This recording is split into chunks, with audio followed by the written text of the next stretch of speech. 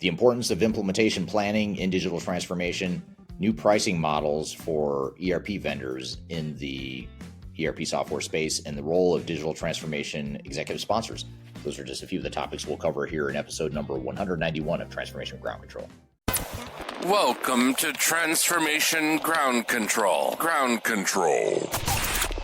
The podcast that covers everything related to digital transformation. This podcast features technology agnostic and international discussions related to digital strategy, software selection, implementation, change management, business process optimization, and everything else you need to know to make your digital transformation project successful.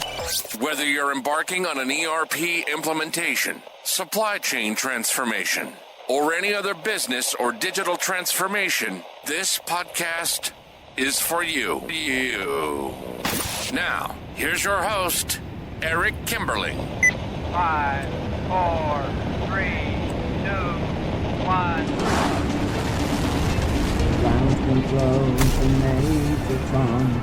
Hello, welcome to Transformation Ground Control, episode number 191. My name is Eric Kimberling, the CEO of Third Stage Consulting. We're an independent consulting firm that helps clients throughout the world to reach the third stage of digital transformation success. And we are also the sponsor of this podcast, so you can learn more about us by going to thirdstage-consulting.com. The show is produced by Major Tom Productions, and you can find new episodes of this show every Wednesday by going to transformationgroundcontrol.com. So be sure to check it out there. You can also see the past episodes of the show and subscribe on whatever platform you prefer at transformationgroundcontrol.com. Joining me today, as always, is my co-host, Darian Chwialkowski. Darian, thanks for being here today. Yeah, thanks for having me. Great show planned for us here today. We've got a few things we're going to get to. We're going to talk about, to open up, we're going to get to some social media questions. We're also going to get to some newsworthy topics, a couple newsworthy topics that are really interesting. First of all, we're going to talk about Salesforce and how they're considering a new consumption-based pricing model for their AI-driven product called Agentforce. And we're also going to talk about new reporting requirements for advanced AI and cloud computing, some regulatory requirements that are being imposed by global government. So we'll talk about that here today and what that means for the future of AI. And then later in the show, we are going to get into a sort of a deep dive conversation as it relates to implementation planning and phase 0 of digital transformation. And this is a really important phase of a project that if you skip this phase of the project, it's going to create a lot of problems, if not failure, for your digital transformation. So we're going to talk about that implementation planning phase, what it means, why it's so important, what some of the things are that you should do to make sure you've got that solid implementation plan and phase 0 deliverable in place before you start deploying new technology. And that's the key operative term there, is it needs to be before you start deploying technology, which most organizations don't do. And that's why so many projects fail. So we're going to get into that here today. And then later, we're also going to talk about the role of leaders and executive sponsors in digital transformation. So if you're an executive, if you're part of an executive steering committee, or if you want to educate your executive steering committee and you're working for a project team that reports up to an executive steering committee, you might want to share this conversation or this podcast episode with them, or at least that segment of the podcast, because we're going to talk about where executive leaders oftentimes fail in their leadership of digital transformations and what they should be doing differently to ensure that the project is successful. So we'll get to all that stuff here in today's episode. But before we jump into some of that content, you've got some social media questions that we've received here recently. Darian, what have you got in store for us? Yeah, so I have a couple questions today. This first one is about agile approaches. So agile's popularity in some parts can be attributed to the advancement in tech, adoption of microservices, advancement in cloud, and XaaS, JavaScript frameworks, Web 3.0, streaming, etc. have allowed piecemeal development, so it's crucial for agile adoption. Without these things, say 15 years ago, a lot more agile adoptions would have failed.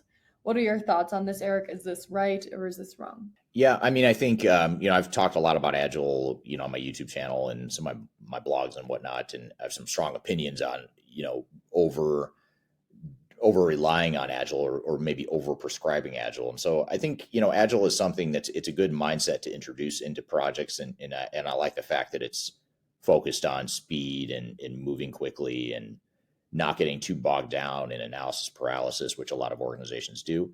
But at the same time, I think the flaws with Agile are that you tend to overlook some of the end-to-end business process definition and some of the decision making that needs to happen before you start deploying solutions. And Agile at times can run counter to that. So I think it's sort of like a healthy dose. If you can, I think we finally reached a point where the pendulum, was maybe swung a little too far towards waterfall, and now it's probably swung too far towards Agile. And I think the right answer longer term is going to be somewhere in the middle, finding that right blend of a hybrid approach that covers both. So I don't know that, having learned about Agile any sooner would have necessarily solved the problems in the industry. But I think what will really solve the problems in the industry is finding the right recipe, which we still haven't found. I think a lot of organizations still have not found that right balance. They either go too far one extreme or the other. And the key is to find the right blend or the right recipe.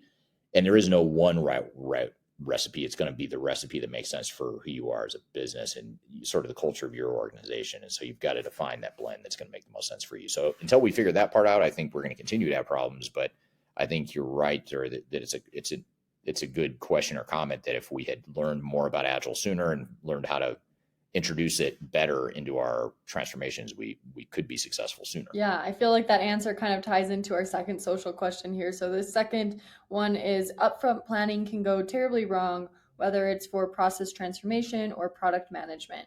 However, the same can't be said for Agile methodologies, as you're continually working with a MVP that demonstrates business value to investors so early on. I don't see this as a choice between Agile and Waterfall. A hybrid approach is most often successful. Even with Agile, we use Kanban systems. It's about choosing the right tool for the job. Traditional Waterfall has its place when its scope, budget, schedule, and quality are well defined upfront. And in those cases, phase-wise program management is ideal. Agile, on the other hand, excels when process or the product are still taking shape. Do you agree with this, Eric? I know you kind of just talked about this, finding the right approach when you were answering the last one, but what is your take on this question? Yeah, I think it's really well said. I think, introducing Kanban and, total quality management or Lean Six Sigma, some of these other philosophies and mindsets, introducing them into the conversation is really important because they can coexist with Agile and Waterfall and that whole discussion around what should our philosophy and mentality be around our digital transformation. But I think the person asking this question hits on a really good, interesting point, which is for something that's for a more mature process where you're really trying to fine tune and optimize it and you're trying to continuously improve it. I think that's where, and that's where Lean Six Sigma and Kanban and some of these other TQM, some of these Japanese TQM style philosophies from the 70s and 80s that still are prevalent in much of business today. In those types of environments, I think that's where, taking a less, I don't want to say less Agile, but not being too dependent on Agile and instead focusing more on sort of your end-to-end business process visibility and defining what you want your future state to be and really fine-tuning and identifying where those process improvements can and should be using metrics and data. That's the other part of TQM and Lean Six Sigma and Kanban and all that stuff. So much of it is focused on metrics and data.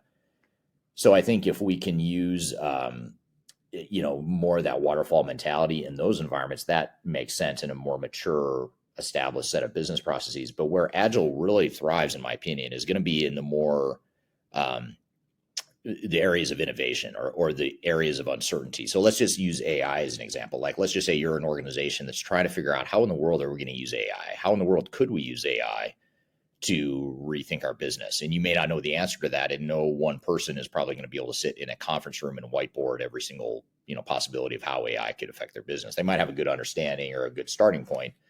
But where Agile comes in and where I think Agile can add a lot of value, especially like using AI as an example, is you might say, well, let's just buy an AI tool on a small scale. Let's test it out. Let's get some business people involved and start to build some use cases and pilots of how we might try to use AI. And we'll do some trial and error. We'll mess up some stuff. Some things will be complete disasters. Some things will be great successes. And we'll just test and learn from it on a low risk scale.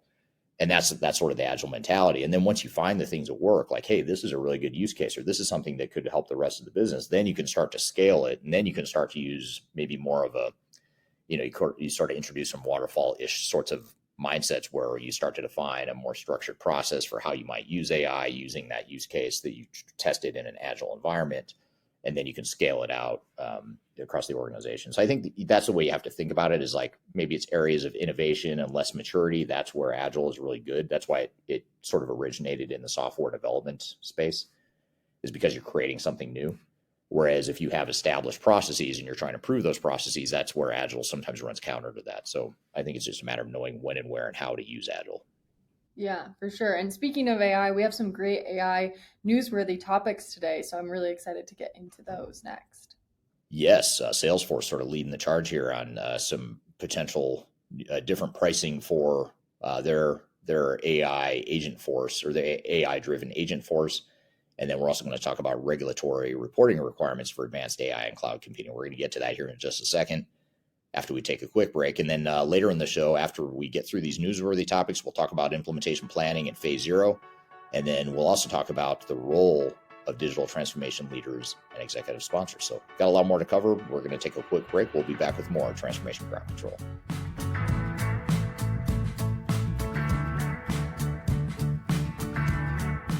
Hi, this is Eric Kimberling with Third Stage Consulting, and I want to invite you to join our annual tech agnostic conference called Digital Stratosphere. Digital Stratosphere is a conference that features some of the industry's brightest minds, greatest thinkers, and it's a great opportunity to network with peers, other industry people, other CIOs, other project team members that are going through digital transformations or ERP implementations. We've got a great lineup of speakers this year. It's a 3-day event, a lot of great entertainment, networking opportunities. I'll be there as one of the keynote speakers, along with some of my favorite speakers in the industry as well, both within Third Stage Consulting, but also outside the company as well. So I encourage you to check it out and learn more. You can go to stratosphere2024.com to learn more about the event. You can see the agenda, the way it's shaping up, and you can see some of the past testimonials of people that have attended. And the event is October 2nd through the 4th, 2024. It's going to be based in Denver, Colorado, downtown Denver, beautiful downtown Denver in the fall, which is a great time to visit Denver if you haven't been. Again, stratosphere2024.com. Check out the agenda. Check out our early bird pricing for passes. And the other beautiful things, if you can't be here in person in Denver, which we hope you can, but if you can't, you can also join remotely as well. We have virtual passes available as well, so you're able to join from wherever in the world you might want to join from. So stratosphere2024.com, check it out, and I hope to see you there. The last thing you want to have happen is for your digital transformation to end up in court. I've been doing this for 20 years and I have seen everything. My name is Marcus Harris. I'm a software and technology attorney focusing my practice on drafting and negotiating software-related contracts and litigating software disputes across the country. Feel free to reach out to us at taftlaw.com. We'd love to talk to you about the litigation process and what you can expect.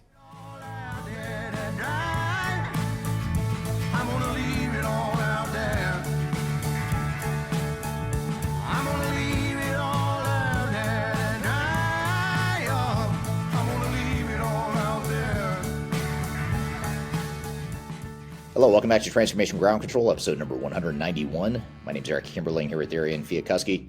You can find new episodes of the show every Wednesday by going to transformationgroundcontrol.com. You can also find past episodes of this show at transformationgroundcontrol.com. This podcast is everything related to digital transformation, including the people, process, technology aspects of transformations. And the show is sponsored by Third Stage Consulting, produced by Major Tom Productions. So thank you for being here today. And you've got a couple newsworthy topics here that we want to get to related to AI. What have you got for us, Darian? Yeah, so this first one is for Salesforce. I know we talked about Salesforce a couple weeks ago on this podcast talking about their Agentforce platform. They now have come out and are planning to come out with a new consumption-based pricing model for this agent platform. So what this would do is it would charge around $2 per AI agent conversation. This comes as AI agents are expected to significantly reduce the need for human agents, raising concerns for the demand of Salesforce licenses. The CEO, Mark Benoff, envisions businesses becoming agent-first organizations with AI deeply integrated into Salesforce platforms. So with this, Eric, what are your thoughts on Salesforce shift to a consumption-based pricing model for AI agents? And do you think this approach will be widely adopted by other CRMs and ERP providers? It's interesting because as you were describing this, and I hadn't heard the story until you mentioned it here today, but as you were describing this, it reminds me of the sort of the freemium model that so many software companies have built their businesses on, where you get the free trial version, and then as you want to add different features, you sort of incrementally start paying more, and then all of a sudden you look up and you've got this huge monthly or annual bill because you just started adding all this stuff to your tech stack.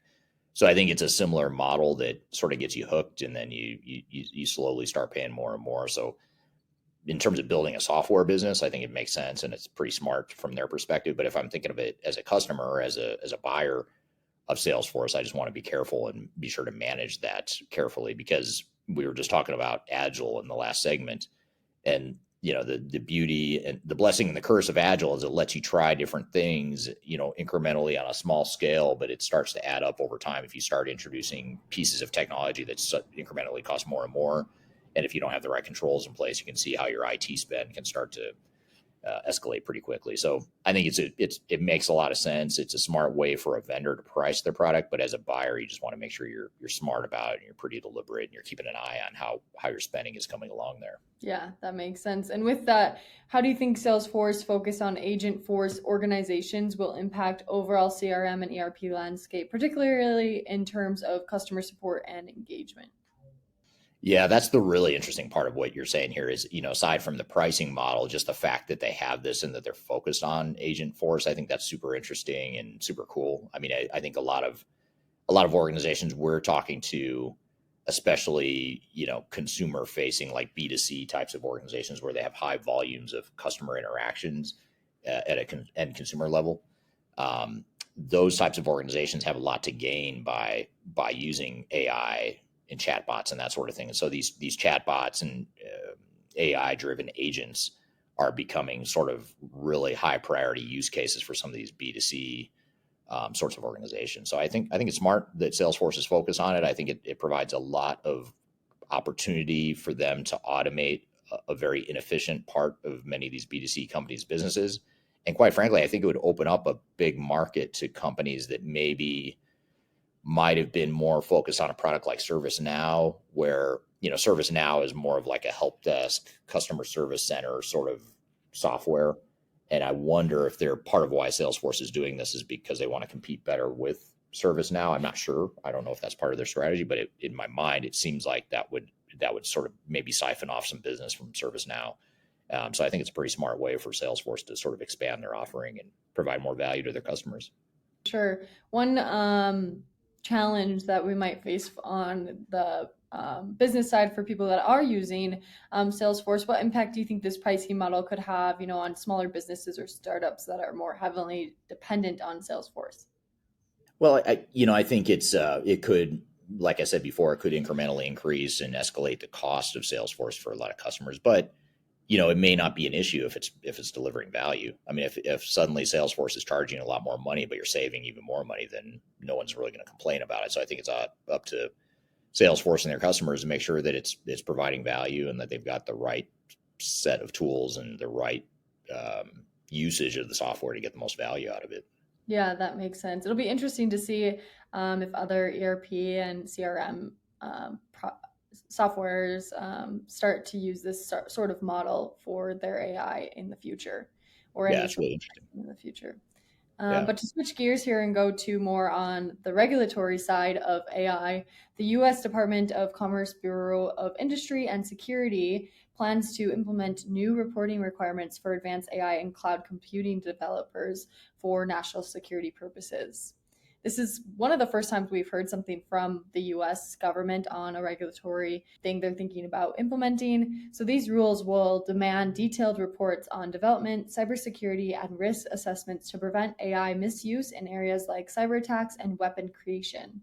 As part of a broader regulatory trend post-EU's AI Act, these regulations could increase compliance costs and necessitate operational changes such as AI governance. However, there is a risk with these regulations that might stifle innovation, prompting fears during innovation efforts that we're in now. As we know, AI is changing like every single week that we're talking about it on the podcast. There's something new coming out. So people are concerned that maybe this bill will have regulatory effects on the tech process, similar seen to the resistance on California's AI safety bill that they saw back when California implemented that. So with this, Eric, how do you think the Bureau of Industry and Security reporting requirements will impact strategic decisions for companies involved in AI and cloud computing? Well, I think the good thing is it is going to force them to be cognizant of privacy and what happens to the data that they're collecting and processing on behalf of customers. Because there's so much, it sort of opens up a potential loophole, of data privacy issues and potential cybersecurity attacks, all that stuff. In fact, we had on this podcast a few months ago, we've had Marcus Harris, who's an attorney, a prominent software attorney in this space. He's been on this podcast several times, but the last time he was on, I believe it was the last time he was on, he talked about AI in particular and some of the intellectual property and privacy issues related to that. It was really interesting to hear his perspective, because even he as an IP attorney, this is all he does is intellectual property stuff. Even he, as of a few months ago, was grappling with what does this mean? And there's so much that hasn't yet been worked out in the legal system, just in courts and whatnot, as far as who owns IP. Like if I, for example, I'll give you an example, a personal example. I'm writing my next book using AI. I'm using ChatGPT, but I'm using my own content to reformat it into a book format. And so I'm going in with the assumption that I'm not going to own that copyright, or at the very least, AI is going to have some right to my work because it helped me create it. And that's part of what Marcus talks about in the interview. But for me, I write a book not because I want to have all these royalties, and I don't want to share the royalties with anyone. I do it because it's good exposure, it's credibility building. So I don't really care if I have to someday share royalties with OpenAI or whatever. So that's the least of my worries. But if I had some super sensitive, secret stuff that my company created and had a patent on or whatever, and I enter it into ChatGPT to analyze something, suddenly have I given up and exposed, given up some of my IP, exposed some of my IP, given the rights to some of my IP to some other party? Now what happens if someone hacks into the databases of OpenAI or whatever? I'm just giving examples here. That becomes a question that I think we have yet to see the real consequences of that. And so much of that is going to end up in courts for, I would say, a decade or more. We're probably going to be sorting through all this stuff legally. So I think it's good, long way of saying, I think it's good that, it's weird saying this out loud, because for those that listen to this podcast or read between the lines of what I say about politics, I'm not a huge fan of government intervention, but this is a case where I think, the government sort of spotlighting the importance of this is maybe a good thing, and it's going to get some of these AI tech companies to think more about it and to take it more seriously, and to help provide some clarity around it. Because I think that uncertainty around data privacy and IP and all that stuff, that's good. That could ultimately slow down the adoption of AI more than if you had government step in and sort of provide some more clarity. Yeah, that makes sense. And with that, kind of want to ask you this follow-up question that goes with it. Is there long-term effects that you see these regulations have on, the tech industry's ability to innovate and change AI as rapidly as we're seeing right now? Yeah, I think oh man, that's a good question. Because on the one hand, it's cool to see the innovation that's happening in the AI space, but it is happening so fast, and we don't really know what the impact on society is going to be. And I just think, I don't know. I'm really torn on it, to be honest. There's part of me that thinks, you've got to get some guardrails in place here, put some speed limits in place, and sort of get some structure around it. But at the same time, it's, you think about it and you think, well, that's innovation. This is innovation, and this is a really innovative product and tool that's sort of reached a tipping point of mass adoption, or it's reaching that tipping point of mass adoption. Do you really want to slow that down and hinder that?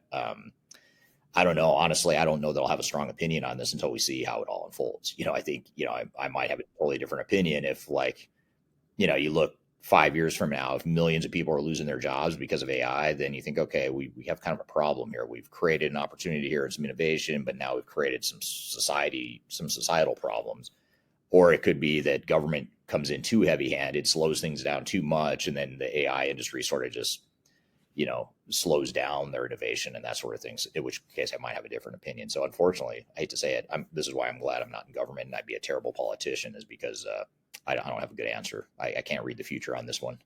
Yeah, I feel like this same kind of conversation when, that EU AI Act came out, it's really hard to know what's going to come from this, and how it's going to affect innovation and what side it's really going to sway to, whether it's one extreme or the next. You don't really know until, I guess, it happens. Yeah, I'd love to hear from the audience, though. I mean, that's a good question for the audience here. Like, what do you think of AI and just regulation in general? Like, do we need more regulation? Is it going to stifle innovation? Is it going to create so many societal problems potentially that we should regulate it more? Do we have these IP problems we need to think about? I'd love to hear different perspectives from the audience. That might help me formulate a stronger opinion as well. Yeah, for sure. I feel like the audience can give us some good either questions or some answers about what they think, and maybe we can talk about that in a future episode. Absolutely. Yeah, well, that's good stuff. That's really interesting. Thanks for sharing those two newsworthy topics. AI, another episode where we can't help ourselves but talk about AI as part of our digital transformation discussion here today. So thank you for that. We're going to continue the conversation around digital transformation, and we're going to talk about implementation planning and phase zero, why it's so important to digital transformations, how it leads to failure if you don't do it, what are the components of implementation planning in phase zero. So what we want to do in this next segment is it's not a traditional podcast interview format like we typically would have. And in this case, we're actually going to dive into the mechanics of implementation planning in phase zero. We're going to talk about a methodology and a framework, and we're actually going to show you some visuals of it. And for those of you listening to the audio only podcast version, we're going to verbalize as much as we can so that you can sort of follow along. But if you are listening on an audio podcast version, you may want to actually check out the YouTube version of it just so you can see the slides that go along with this, the corresponding slides. And this is episode 191. If you just go to transformationgroundcontrol.com, go to the section that has the YouTube video listing, just scroll down to episode 191, and you'll see this episode on there, and you can sort of fast forward to this part that we're about to get to, which is getting into implementation readiness and phase zero. So we're going to talk about that here in just a moment. We're going to talk about why it's so important, what it means, what the methodology looks like. And then later in the show, after this discussion, we'll get into executive sponsorship and what it means. What does it mean if you're an executive leader or part of an executive steering committee? What are your responsibilities? Where do executives oftentimes fail in their leadership of digital transformations? We're going to talk about all that stuff. So we've got a lot more to cover here in this episode. We'll be right back with more Transformation Ground Control. Just tell me what you've got to say to me. I've been waiting for so long to hear. I'm excited to share our newly released 2024 Digital Enterprise Operations Report. This free download is available on the Third Stage website at thirdstage-consulting.com. This report is truly packed full of technology-independent and agnostic insights for your project to ensure that you're strategically optimized for success. Download your copy today with the QR code in front of me or visit our website for more details. Hi, this is Eric Kimberling with Third Stage Consulting and your host of Transformation Ground Control. I want to encourage you to read our Guide to Organizational Change Management. It's a free report or free guide that we published. It's one that I actually wrote that talks about best practices and lessons learned as it relates to change management.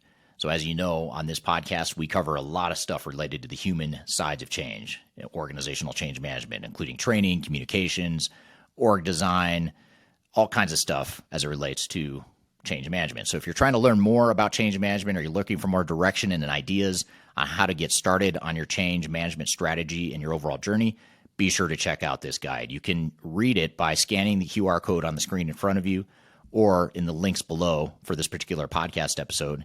You can find a link to take you to the page that will allow you to register to go ahead and download that and read it for free. So be sure to check it out. It's the Guide to Organizational Change Management, written by yours truly. I hope you enjoy it. Let me know what you think, and hope you enjoy the rest of this episode. I could never be the right kind of girl for you. I could never be your Hello, welcome back to Transformation Ground Control, episode 191. This is Eric Kimberling, CEO of Third Stage Consulting. I'm here with Darian Chwialkowski. You can find new episodes of this show every Wednesday by going to transformationgroundcontrol.com. The show is sponsored by Third Stage Consulting, produced by Major Tom Productions. If you'd like to sponsor this podcast, you can reach out to Mindy at Major Tom Productions. I've included her contact information below. If you'd like to feature your brand on this podcast, be sure to reach out to us. We'd love to have you be part of this conversation. So this next conversation is going to be an interesting one. We're going to take a slightly different format than our usual podcast interview approach to our sort of main segment here today. We're going to dive in and go pretty deep into implementation planning and phase zero, talk about why it's so important and what it means and what some of the different pieces of that methodology and framework are, and really want to give you some points that you can leave with to understand what it is you can and should be doing as part of your implementation to ensure that you address this phase zero implementation planning piece of things. Why do we name the title of the session "Skipping This Step Leads to Failure"? And I think that's really important because, one of the analogies I like to use when we're talking about implementation planning is building a house. If you think about how when you build a house, for those that have ever had a house built, or if you've been involved in construction or just conceptually, you understand how this all works. Generally, when you are going to build a house, you're going to do several things up front. You're going to first of all, hire an architect. You're going to hire someone that's going to help you design the house of your dreams, or the house the way you want it to work, or the way you want it to look, the way you want it to function. So you have the architect. You're also going to hire a general contractor who's going to manage all the moving parts and pieces of the construction. You're going to have a bunch of subcontractors. You'll have plumbers and electricians and drywall people and roofers, and all kinds of different subcontractors will be involved in helping build a house. And conceptually, that all makes sense. And you may be wondering, why are we talking about building a home when we're talking about digital transformation? And the reason I bring this up, and I love this analogy, is because a lot of times, and I'd say most of the time, I don't know what the percentage would be if I were to estimate what the real data might show if we had a study that showed this. I would estimate that somewhere between 70 and 80% of organizations probably skip the step and skip the logic that I just described as it relates to building a house. So in other words, what typically happens instead of thinking like how you would think logically about building a house, which you can see and touch and feel. So that's part of the problem here, is when you build something physically, you can see it and you can touch it. And it just makes more sense that there's a lot of design pieces that need to go into that. But when organizations go through transformations, I'd say 70-80% of the time, they skip the step of planning, implementation readiness, and phase zero. And just to bring it back to the home building analogy, what they do instead of doing the proper planning, the phase zero, having that foundation, having that architecture in place early on before bringing in the technical implementers, what they do instead is they just jump right in, they pick a software and they jump right in and hire the software vendor and or the system integrator / technical implementer to start building technology. And to me, that's a lot like if going back to the home building analogy, if instead of doing what I described a moment ago, where you first hire an architect, then you hire a general contractor, then you hire the subcontractors, it'd be like saying that, I want a 2-story house that has a bathroom with running water. Let's just say that's a real high level. That's what I want. Two-story house, bathroom with running water. I'm not going to just go hire a plumber to come build the bathroom with running water within the house. But yet that's what most project teams and organizations intuitively want to do, is they want to just jump straight to the technology. They want to get straight to that one minute or that one work stream contractor within the overall project. And they focus myopically on that piece of it rather than all the other stuff that goes into quote unquote building the house. So that's one of the probably the best way I can describe why implementation planning in phase zero is so important, is because just like you wouldn't build a house by first going to a plumber, finding the best plumber, and then hiring the plumber, you would instead do all the other stuff I described. And I think that's the way we need to think about digital transformations. And I actually posted a graphic on my LinkedIn page that, and I apologize, I don't have it here in front of me, but it was actually a graphic of a house being built, and it was just being built really haphazard, and there's materials just scattered all over the place, and it's just a really messy home build. And I use that as a visual to describe how most organizations treat their digital transformations. And then they wonder why it fails. They wonder why the end product they get at the end of a project is not what they wanted. It took too much time, took too much money. And usually the root cause of that can be traced back to the fact that organizations did not spend enough time early on with the implementation, planning, and phase zero of a project. And that's the whole premise of what we're going to get into today, is discussing what exactly is phase zero, what are the different pieces of it? I'm going to walk through a framework that we use with our clients that helps them through this phase zero. And I'm going to describe this to you and actually show you some of the content that we review with our clients and some of the high level methodology that we walk through with our clients and help them with as well. So that's the context here. And just to build on this for a quick second, you think about projects that go over time and over budget. And intuitively we think, well, one way to make sure we don't go over time and over budget is get started now. Let's be aggressive. Let's go now. We've picked the software. Let's not worry about phase zero, because let's just say phase zero is going to take 2 to 3 months. I'm just throwing out an average number. For an average mid-sized company, it might take 2-3 months if you're going to do a proper full-blown implementation plan or phase zero. Now, a lot of executives might look at that and say, well, I could speed things up by 2 or 3 months if I skip phase zero. I can shave 2 or 3 months off the project. And the math, the logic doesn't work. It doesn't work that way, because if you do shave 2 or 3 months off of your phase zero and just go straight into the execution of implementation, yes, in the short term, you have indeed saved 2 or 3 months, but long term, you are going to spend exponentially more time and money trying to fix a bunch of problems. That's going to cost you a lot more than 2 or 3 months. And it's going to cost you a lot more money. And it's going to create a lot of chaos within the organization. And by the way, you're going to end up with an end product that is not aligned with what it is you need as a business. So that's sort of the human behavior and the human instincts that we have to overcome when we're managing digital transformations. And the more I do this, the more I find that there's just human flaws. There's like flaws in the way we think, and the flaws in our logic, and there's flaws in the urgency that we create for ourselves and the priorities we set for ourselves in these projects that is oftentimes, and more often than not, it's not aligned with what's going to make a project successful. So that's the way we've got to think about this. So I'm going to pull up a slide here, actually, because I'm a consultant. I can't have an educated conversation without pulling up a PowerPoint slide. But in all seriousness, usually in these podcast discussions, we just have a conversation with a guest.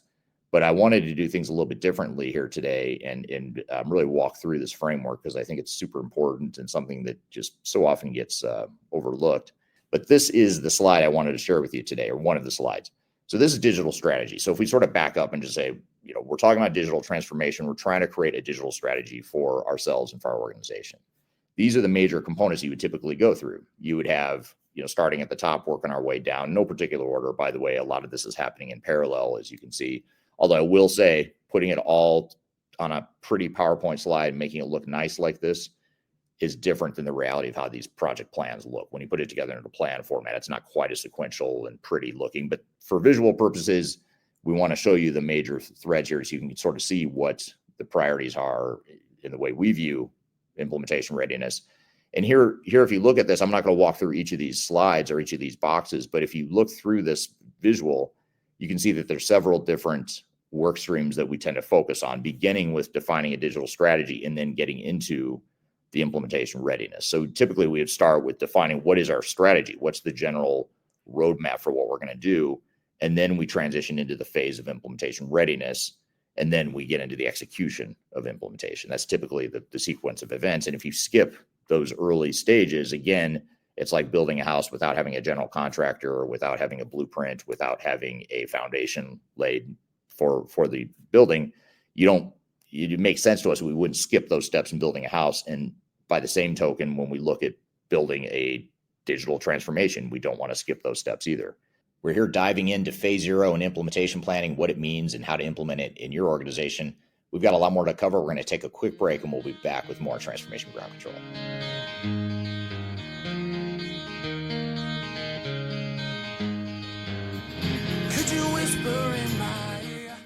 I recently published my first book. It's called The Final Countdown, Strategies to Reach the Third Stage of Digital Transformation. And I wrote this book because I really wanted to find a concise way to share some of my knowledge around digital strategy and how to get started on a digital transformation journey. So in this book, I cover 3 different sections. I cover the people, process, and technology aspects of transformation, with the idea that it's meant to be a starting point, a launching pad for organizations and team members that are going through digital transformations. So I encourage you to buy this book. You can get it electronically, you can get it paperback, or you can get it in hard copy, as I'm holding here in front of you. You can get it by going to thefinalcountdown.com. You can also search for it on Amazon if you shop at Amazon. Otherwise, just go to thefinalcountdown.com. Love to hear your feedback on this book as well. So I hope you check it out and hope you enjoy. Interested in working for a company that truly values your unique skills and experience? Here at Third Stage, we don't hire based on resumes alone. We look at the full candidate, experience, and willingness to provide excellent service for our clients. Within a technology independent and agnostic consulting firm, you have the opportunity to learn across industries with a diverse group of clients. Our consultants also have the opportunity to diversify their portfolio and learn across technology systems. If you're interested in joining a high-growth entrepreneurial organization, please reach out to us at work@thirdstage-consulting.com. And I'll do anything you ever dreamed to be complete. Yes, of nothing, that's all. Hello, welcome back to Transformation Ground Control, episode number 191. My name is Eric Kimberly, here with Darian and Chwialkowski. You can find new episodes of this show every Wednesday by going to transformationgroundcontrol.com. The show is produced by Major Tom Productions, sponsored by Third Stage Consulting. Thank you for being here today. And we are here chatting about implementation planning, phase zero, what it means and how to use that approach within your digital transformation. So the major steps here, the major threads you see are business process management, really defining what our current state is and what our future state is going to be. Now, here's where I want to talk about this for a second, because when we look at business process management, this is where a lot of organizations get stuck. And this is where they get tripped up over the whole chicken and the egg debate over whether business process improvement should happen before we select and implement technology or should it happen after. And the reality is it's a bit of both. But at a high level, at the macro level, you need to have that blueprint for how your processes are going to look in the future, regardless of what technology you're going to use. Now, yes, I understand, depending on what technology you choose, you might have different sub-processes and workflows down at the granular detailed level. That is true, but it doesn't dictate how you run your business, or it shouldn't dictate how you run your business. The way you run your business should be the way you want to run your business, regardless of whether you're using a modern cloud-based AI-enabled ERP system or whether you're using a pen and paper. You know, regardless of what technology or tools you do or don't have, there's certain things you want to be able to do as an organization to make yourself more effective. And of course, technology is going to enable that. And technology is going to give you tools to be able to do those things even better. But the fundamentals of what you do as a business doesn't really change just because you're putting in new technology. It's just the how you run your business, how you execute on those things. That does, in fact, change. So if you think about business processes in sort of 5 levels of detail, there's a nomenclature, if you haven't heard it, that's basically level 0 through level 5. Level 0 is really super high level macro processes. Level 5 is getting down into step-by-step procedures, step-by-step transactions, what fields you enter data into, what buttons you push, all that stuff. When you get down to level 5, yes, in fact, you do need to know what technology you're using, because you don't want to waste a lot of time designing something that's going to look a lot different in a new technology. But when you're talking about level 0, 1, and 2, sort of getting down to that mid-level of detail within process definition, that you can define, and you should define, independent of your technology. And then you stop. You don't want to go in the additional detail down to level 3, 4, 5 until you've started designing and deploying new technology. So think of it as an iterative process. You define your business processes to a certain point, enough to give you a blueprint of what you want your processes to look like. And then you figure out how technology is going to enable that. And then you define, as part of the technology design, you define the additional detail below that. So that's the approach we typically recommend for business process management. But you can see here already, we've only talked about one thread within this overall series of threads that we focus on during digital strategy and implementation readiness. And already you can see one area where organizations have a major hangup, and they say, well, let's not worry about business processes. Let's just go ahead and start implementing stuff, and the technology will tell us how we're going to run our business. And it's just it's a very flawed assumption. It's a dangerous assumption that unfortunately most software vendors, system integrators will feed into, and they'll say, yeah, do that. Just go ahead and choose what software you want. Let's get it out there. Let's start deploying it. And then that will determine what your processes are. And you have to remember, the reason for that is because software vendors are trying to make a sale. They're trying to get you to buy their software and start implementing it as quickly as possible. So they're going to feed into this dynamic where we sort of skip over or have this tendency to want to skip over the overall readiness and phase zero planning of the project. So that's process management. You also have organizational change management, where you get into the organizational assessment and really understanding the culture of the organization and defining a change strategy for how you're going to manage resistance to change. And this is really important because if you don't do this piece, if you don't do this organizational readiness piece up front, this organizational assessment, if you don't do that early on, you have no idea what you're up against organizationally. You have no idea how your people are going to respond to change. You have no idea where the pockets of resistance are going to be. You might think there's none out there. You might think there's not going to be resistance. Our people are pretty excited about new technology. On the surface, that might be true, but I can guarantee you, as you get into the details of change, organizations and team members are going to push back. They are going to resist in some way. It may not be full-on sabotage. It may not be coming from a bad place, but they will resist the change because it's a threat to the way they do things today. And there is going to be resistance, and there's going to be confusion. There's going to be difficulty adjusting to the change in some way, especially when you start talking about tools like AI and predictive analytics and things that are totally changing the way businesses work. And it's totally disrupting the way people operate and the way they're used to working. So that's another challenge, is that organizations don't recognize the need for change management until they're well into the project and start feeling the resistance to change, at which point it's too late. You need to get ahead of that and define what it's going to take to get your people to adapt to the change and make that part of your overall plan. Because if you don't know what your change strategy is, then you have no idea what your implementation timeline is going to look like. You just don't. You might think, well, the vendor told me it's going to take 18 months and they can deploy the technology in 18 months. That's not the question. That's not the answer we're looking for. The answer we're looking for is, how long is it going to take for our business to change using these new technologies? Implementing technology, sure, it might take 18 months, but us adapting to the technology and actually using this in our operations, it could take 24 months or 36 months or whatever the number is. We don't know until we know what the resistance to change is going to look like and we know what our change strategy is.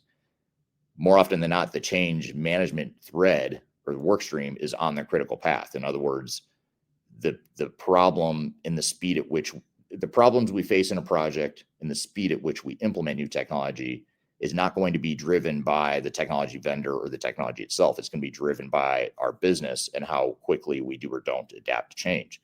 And change just doesn't happen overnight just because our software vendor can build software fast. It happens at our pace, whoever, depending on who we are culturally. You know, if we have a history of rapid change, then that's one thing. But if we have a history of not managing change well, or if we're a really well-established company that's been around for 100+ years and we have a highly tenured workforce, change is going to take probably a lot longer than it's going to take your vendor to build new technology for your organization. So you need that change management piece laid out early on to be able to fully understand what your timeline is going to look like and what the risk is going to be for the project. And then you've got enterprise applications. So we need to plan out, what are our systems that we're deploying? How are we going to integrate the systems? How's the data going to be migrated? Where's the data going to be housed? How are we going to handle interim integration points between some of the legacy solutions? Which legacy solutions are going to stay? Which are going to go? Of the ones that are going to go, when are they going to go? How are we going to time that? How are we going to decommission these legacy systems? So there's a lot of architecture and technical type stuff that needs to be addressed in these next two streams that you see here with enterprise applications and solution architecture. So we've got to figure those technical pieces out well beyond just understanding what the core solution is that we're implementing. And again, we don't want to look at it in a myopic view of how long will it take us to build the new technology. We have to be thinking about, okay, it's going to take us this long to build the new technology, but how long is it going to take us to, on top of that, clean up the data, migrate the data, and build these integration points and decommission old systems? What's our plan for which systems are going to stay, which are going to go? A lot of times what happens is organizations end up making these decisions in the heat of battle when they're in the middle of the implementation and decisions are moving quickly, or they should be moving quickly. And what happens is the project ends up slowing down. It faces all these headwinds organizationally because the organization's trying to figure out these answers to these questions that if you would have taken the time up front during phase zero implementation planning, you would have saved yourself a lot of time and heartache and money. And the project would be going a lot faster and a lot more smoothly if you would just define that stuff up front. It also creates a morale issue too when organizations can't make decisions fast enough and it causes delays to the project. Now you create this sociological problem and an organizational behavior problem where people start to question the validity of the project. They start thinking, well, is this really going to work? This is sort of a mess. I mean, we can't seem to make decisions. We're already behind schedule.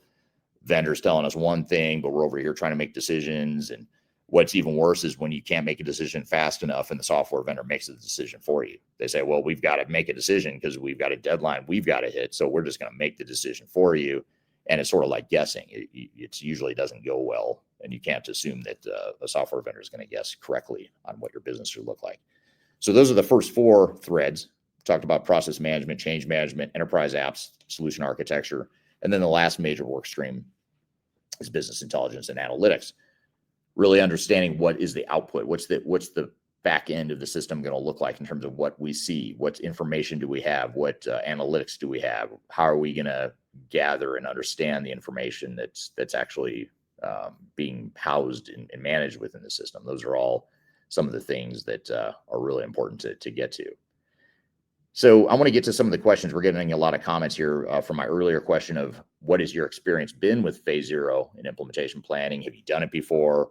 Have you seen it work? Have you seen it when it's skipped before? What's the outcome been when an organization has skipped it? So that was my general question. I got a lot of comments here that I want to get to here today. This is from Richard on LinkedIn. Richard says, absolutely vital to do a phase 0, Eric. Sets the foundation for the entire project. So thank you for that. And then James on LinkedIn agrees with Richard. So you have others, not just me, they're agreeing with you, Richard. Yep. And a few of you answered the question that you can, in fact, see my screen. That's great because I was just talking for a long time and it would have been super awkward if you weren't seeing my screen that entire time. Here's an interesting comment. This is from a vendor point of view, and I find this really interesting. This is from Andrew on YouTube. Andrew says, we have an integrated cloud platform for manufacturing in the sheet metal industry. The biggest failures come when there has not been a detailed analysis of the as is versus the to be. Really well said. I totally agree with that. And I want to unpack that a little bit here because a lot of times another common challenge that we hear, and this is interesting coming from a software vendor. I'll be honest. I don't hear software vendors say what Andrew just said here. I don't hear that very often. What I typically hear from software vendors is the opposite of what Andrew just said. Usually what software vendors will say is that you don't need to worry about the as is. Your as is going away. Why even bother documenting it? Why bother analyzing or understanding it? And on the surface, that's another sort of thing where, like, if you tell me that, that kind of makes sense. Like, yeah, why bother? Why worry too much about the as is? It's going to change, right? We want to focus on the future state, the to be. There's some truth to that, but there's also some flawed assumptions there. The flawed assumption being that we don't need to know what the current state is. And that's a hugely flawed assumption for a couple of reasons. One is because there's probably a lot of good things you're doing in your current state model that you want to keep. I know everyone wants to think of digital transformation as this big, massive overhaul where we're just going to throw out everything we've ever done and we're going to rethink our entire business and we're going to put in new technology and we're just going to look totally different on the other side. That state of utopia is not realistic. It rarely happens, but what does happen is a more incremental improvement to the business. And you have to think, if your business has been around for any amount of time, you probably have things you're doing really well. You probably have some things that are completely broken that need to be automated, that could be done a lot better, of course, but there's probably a lot of things you're doing really well. So let's figure out what those things are. What are those things that we do differently that are better than what our competition does?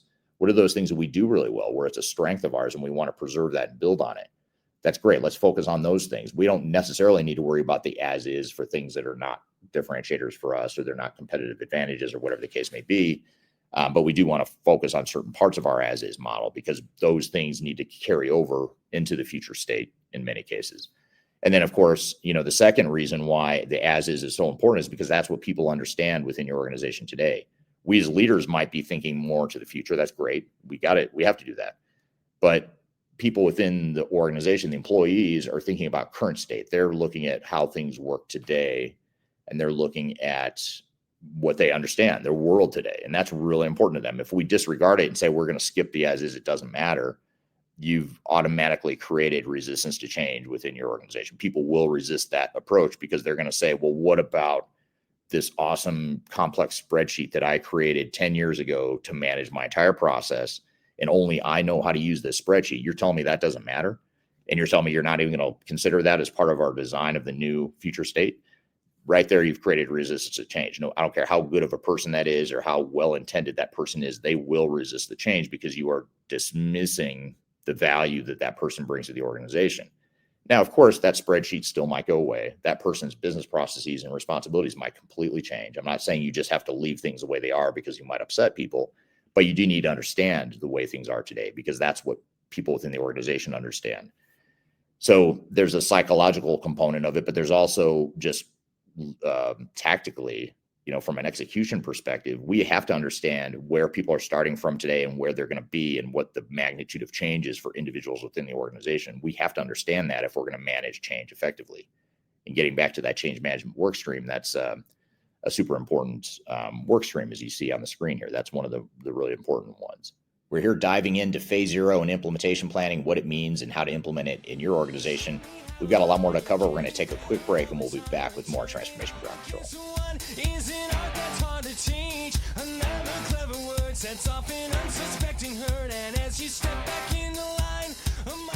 If you are involved in any sort of digital transformation or business change initiative, you will want to download the Digital Transformation Report. With its comprehensive overview of business and technology trends and best practices, this report is a must-have guide for any transformation project or executive team. Download this free report by visiting Third Stage Consulting at thirdstage-consulting.com. You can also visit our website to learn more about us or download independent reports, videos, and other best practices. Again, visit thirdstage-consulting.com today to learn how you can take your transformation to the third stage of success. Are you looking for ways to promote your product or service to enterprise technology decision makers and influencers throughout the world, like the ones who listen to this podcast?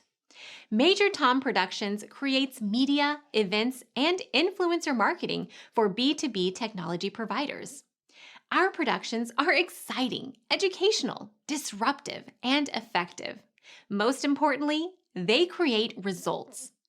Our content is unlike any other in this industry, engaging, influential, and trusted by technology buyers and influencers throughout the world. Each month, our productions reach hundreds of thousands of targeted buyers and decision makers who trust and engage with our honest and tech-agnostic content. With long-tail viral results and engagement with our content, Major Tom Productions provides a way to reach your target market and create awareness, calls to action, and a connection with potential customers. So collaborate with us today. Learn how we can feature your product or service on podcasts such as Transformation Ground Control, Journey to S/4HANA, and Journey to Dynamics 365. We can also feature your brand on our YouTube channel called Digital Transformation with Eric Kimberling, which boasts over 100,000 subscribers and over 2 million video views per year. You can also participate in our in-person events, including our Digital Stratosphere Conference. Contact us today to learn more. We can tailor a marketing campaign that works for you. We look forward to helping more people learn more about and become engaged with your brand.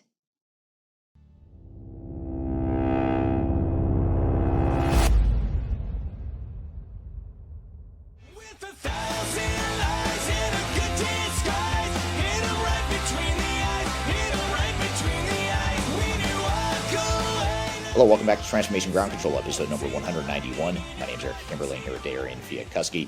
You can find new episodes of this show every Wednesday by going to transformationgroundcontrol.com. The show is produced by Major Tom Productions, sponsored by Third Stage Consulting. Thank you for being here today. And we are here chatting about implementation planning, phase 0, what it means and how to use that approach within your digital transformation.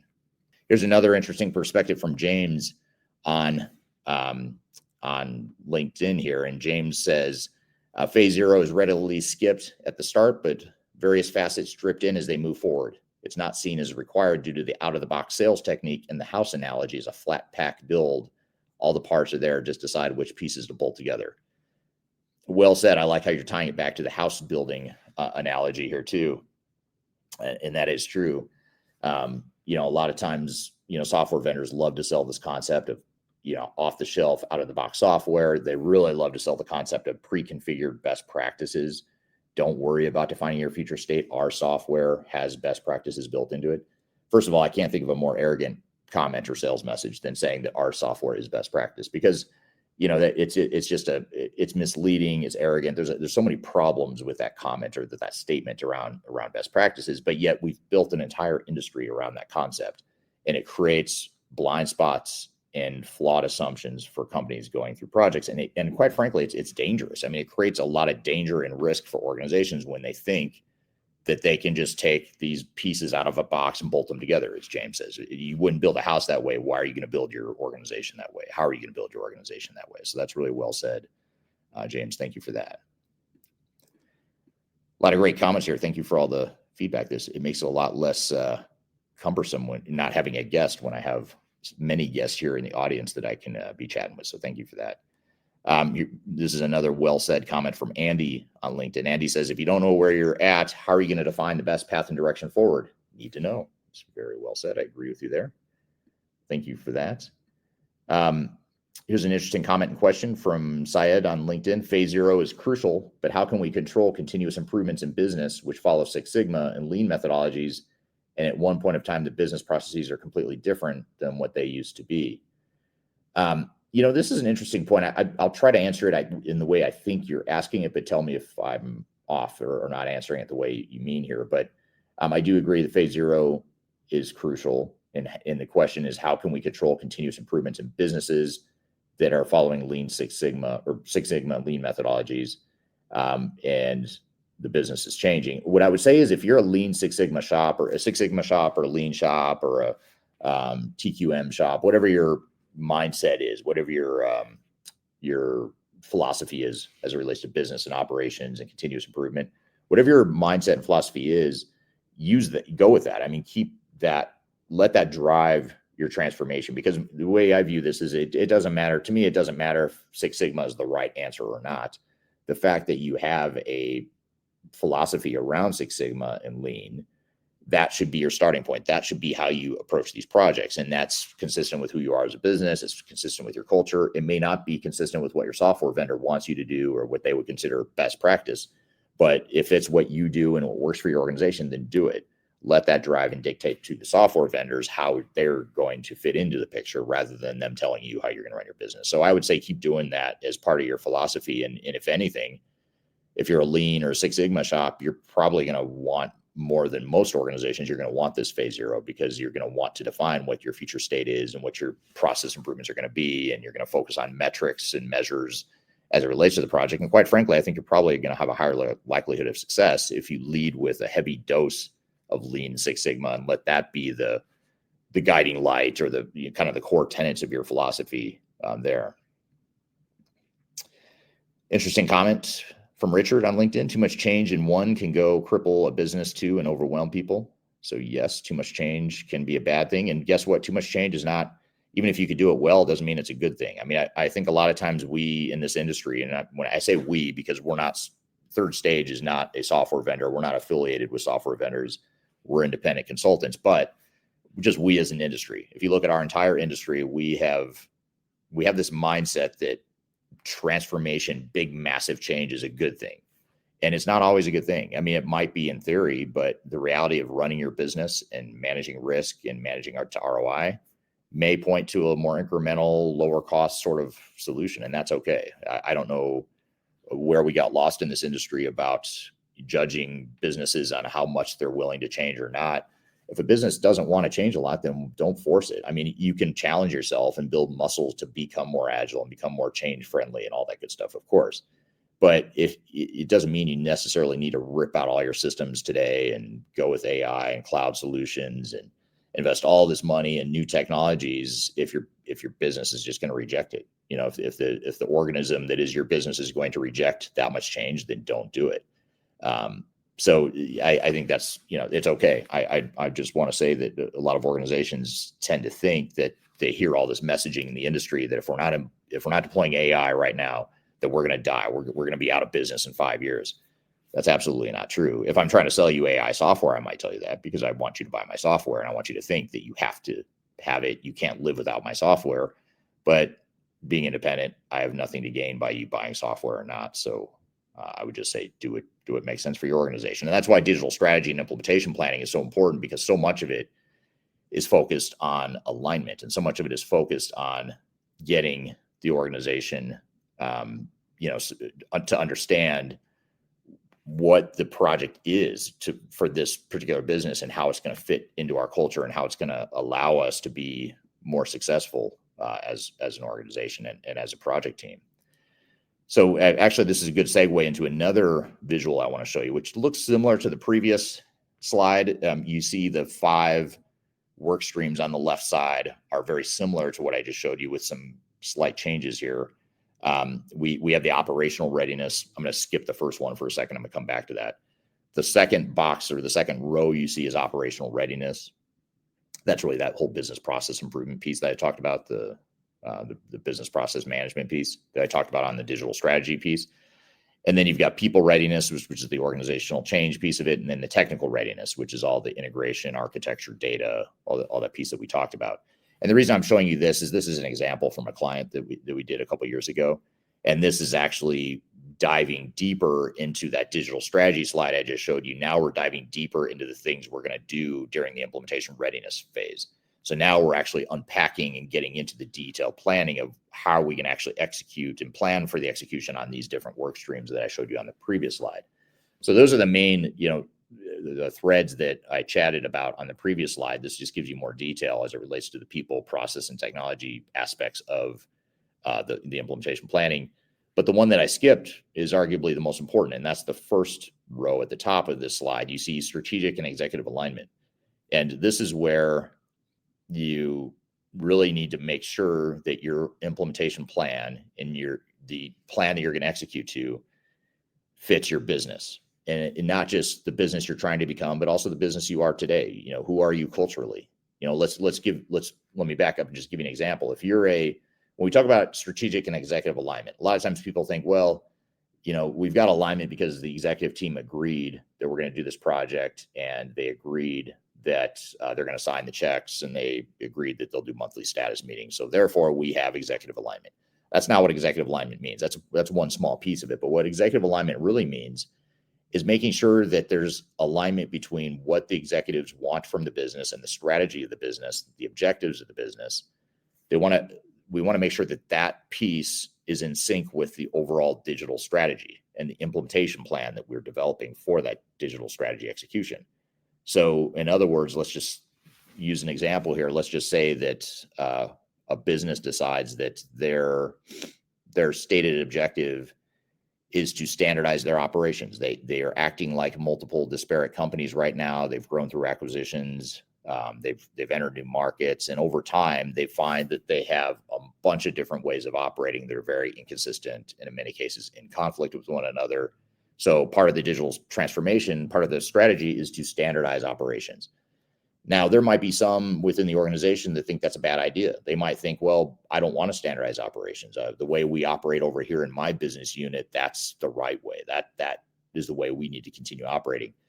If you have that, and it's very common to have that, by the way, you aren't aligned at the executive level. You've got to work through that, because if that person continues to think that standardization is not the right way to go, when you get into the implementation, if you jump right into the implementation, that person is going to slow that project down, not intentionally, but the fact that person is not aligned, they're not on the same page in this example, that's going to create problems. And so you've got to be prepared for that. And that's where a lot of organizations don't understand the importance of that alignment. The other way that phase 0 and implementation planning is so important to just the overall alignment is also alignment around who we are as a business. So, let me give you 2 examples. I've got 2 businesses that are, let's just say they're both, $500 million companies. They do $500 million in revenue or annual turnover per year. So similar sized companies, let's just say they're manufacturing companies. They're same industry. Let's just say they're competitors. They're the same industry. They're competitors. On the surface, they look like the same company. They're $500 million in revenue, manufacturing, a couple thousand employees, whatever it is. One of those companies is a younger company. It's a newer company. It's grown fast. It hasn't been around as long as the other company.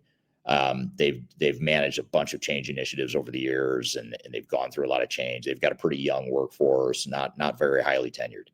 The other manufacturing company is different. They've been around for 100 plus years, highly tenured staff. Average staff is 30 years, let's just say. Very mature business processes, older tools that they've been using, homegrown system.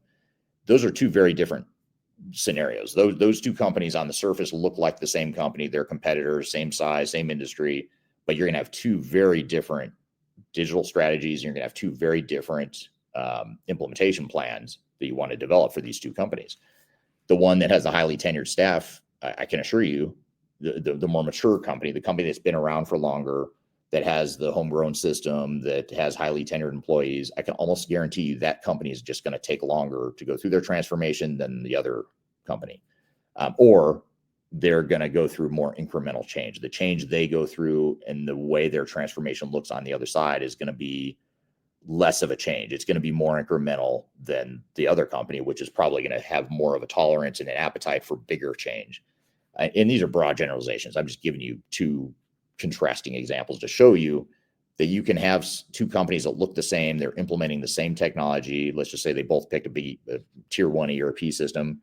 The two companies are still going to have two very different plans, two very different strategies, and they're just going to look totally different. And that's okay. That's what you've got to figure out. That is also part of what we mean by strategic alignment. You have to have a plan that's aligned with who you are as a business and also who you're trying to become.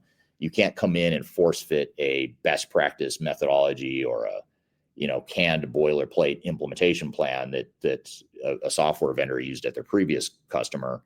It's not going to work for you because you have different cultures, you have different priorities, you're trying to accomplish different things as a business, you have different personalities in the organization. And that's part of what alignment is really getting that stuff out on the surface and really understanding what that should look like. We're here diving into phase 0 and implementation planning, what it means and how to implement it in your organization. We've got a lot more to cover. We're going to take a quick break and we'll be back with more Transformation Ground Control.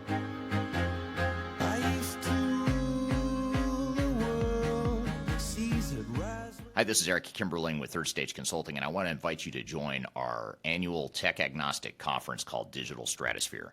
Digital Stratosphere is a conference that features some of the industry's brightest minds, greatest thinkers, and it's a great opportunity to network with peers, other industry people, other CIOs, other project team members that are going through digital transformations or ERP implementations. We've got a great lineup of speakers this year. It's a 3-day event, a lot of great entertainment, networking opportunities. I'll be there as one of the keynote speakers along with some of my favorite speakers in the industry as well, both within Third Stage Consulting but also outside the company as well. So I encourage you to check it out and learn more. You can go to stratosphere2024.com to learn more about the event. You can see the agenda, the way it's shaping up, and you can see some of the past testimonials of people that have attended. And the event is October 2nd through the 4th, 2024. It's going to be based in Denver, Colorado, downtown Denver, beautiful downtown Denver in the fall, which is a great time to visit Denver if you haven't been. Again, stratosphere2024.com. Check out the agenda. Check out our early bird pricing for passes.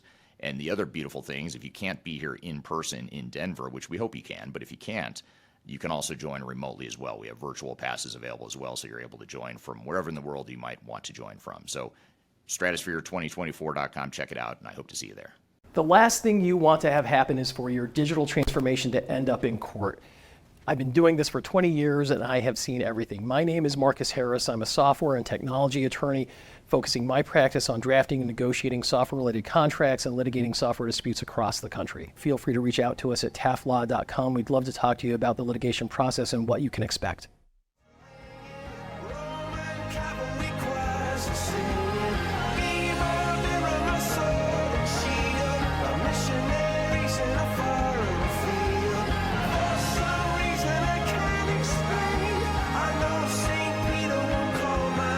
Hello, welcome back to Transformation Ground Control, episode number 191. My name is Eric Kimberling here with Darian and Chwialkowski. You can find new episodes of this show every Wednesday by going to transformationgroundcontrol.com. The show is produced by Major Tom Productions, sponsored by Third Stage Consulting. Thank you for being here today. And we are here chatting about implementation planning, phase 0, what it means and how to use that approach within your digital transformation. So here's a question getting into back to the audience here. This is from Russ on LinkedIn. Russ asked the question, what do you think about phase zero pricing? I often want to do it at cost or with slight profit to ensure all parties are on board and understand what the effort requires and the actual desired outcomes. I can't really tell you how to price it, whether you want to use it as a loss leader or whatever the case may be. That's more of a business decision that you would have to make. But as far as, maybe I'll talk more about how long it takes and where you should focus. I think, if you're selling software, I will say that it's going to be difficult to sell this service because, you're probably going to have internal pressure to get the software sale done, and you're going to have internal pressure to get the technical resources staffed on the project as soon as possible. So that's just the economic self-interest reality that software vendors face. And that's why they more often than not will tell a customer not to worry about implementation planning or phase zero, and instead just say, hey, let's just jump into it and get straight to it. So, but what I would say is when we're doing implementation readiness phase zero for clients, it usually takes us somewhere between 3 and 6 months. And usually that's a comfortable pace for most organizations. Now, of course, you could spend a year or two on implementation planning, but you get a point of diminishing returns. You start to lose momentum on the project. A lot of times you just don't have the time, available. You have more urgency than that. So 3 to 6 months, depending on the size and scope of the project, tends to feel, average to us. If you look at a bell curve of our clients, it's usually 3 to 6 months. So those are some of that's just my experience. I'm not saying that's right or wrong, but that seems to work for most of our clients, especially in the mid-market and the upper mid-market as well. Here's a question on YouTube from Vast CNC is the handle name or the username. Is there a market for a dedicated universal pre-implementation to assess current state and business processes before vendor involvement? A dedicated phase zero team? Yes. Typically what we do, so when clients hire us, oftentimes it's to help them define what their digital strategy and roadmap is at a high level. And then the second phase that they'll hire us to help with is this implementation planning in phase zero. And so in that implementation planning in phase zero, this is the tricky part, is you've got to hold off. You've got to you've got to hold the wolves at bay, the software vendor. And the reason I say that is not because software vendors are bad people, or not because the technical implementation consultants are bad people, but because you don't want the meter to start running right away. You don't want them to send their army of consultants to come into your organization and just start designing and building stuff. You're not ready for it until you've been through phase zero. And so, yes, I'd say a small SWAT team, very small team that's dedicated to phase zero, focus on phase zero before your technical implementation partner gets involved, is important. There are times where we will have a very limited subset of the technical implementation partner or the technical experts that understand the technology or technologies that are being deployed. We might have a small subset of those people involved that keep parts of this phase zero planning, but that's more of as an input into the overall process. We aren't asking those technical implementation partners to drive the process for us. And that's what you have to be careful of. You don't want the vendor or the technical implementer people to drive this phase zero, because they think of it more from the perspective of, how do I design and build the software? Whereas you as a business should be thinking about, how do I design and build my future organization? What am I going to look like when I get at the other side of this? And those are two different answers, or two different questions you're trying to answer. Software vendor, technical implementers will provide one of many inputs into what the overall plan is. The problem is, if you rely on your software vendor and your technical implementation partner to do that for you, they're going to have this narrow, myopic view. In fact, if we look at this slide up here, they're going to focus primarily on that second to last box that covers the technical readiness piece of it. They're not going to be focused on business process improvement and the organizational change side of it. They're not going to be focused on the alignment with your overall business.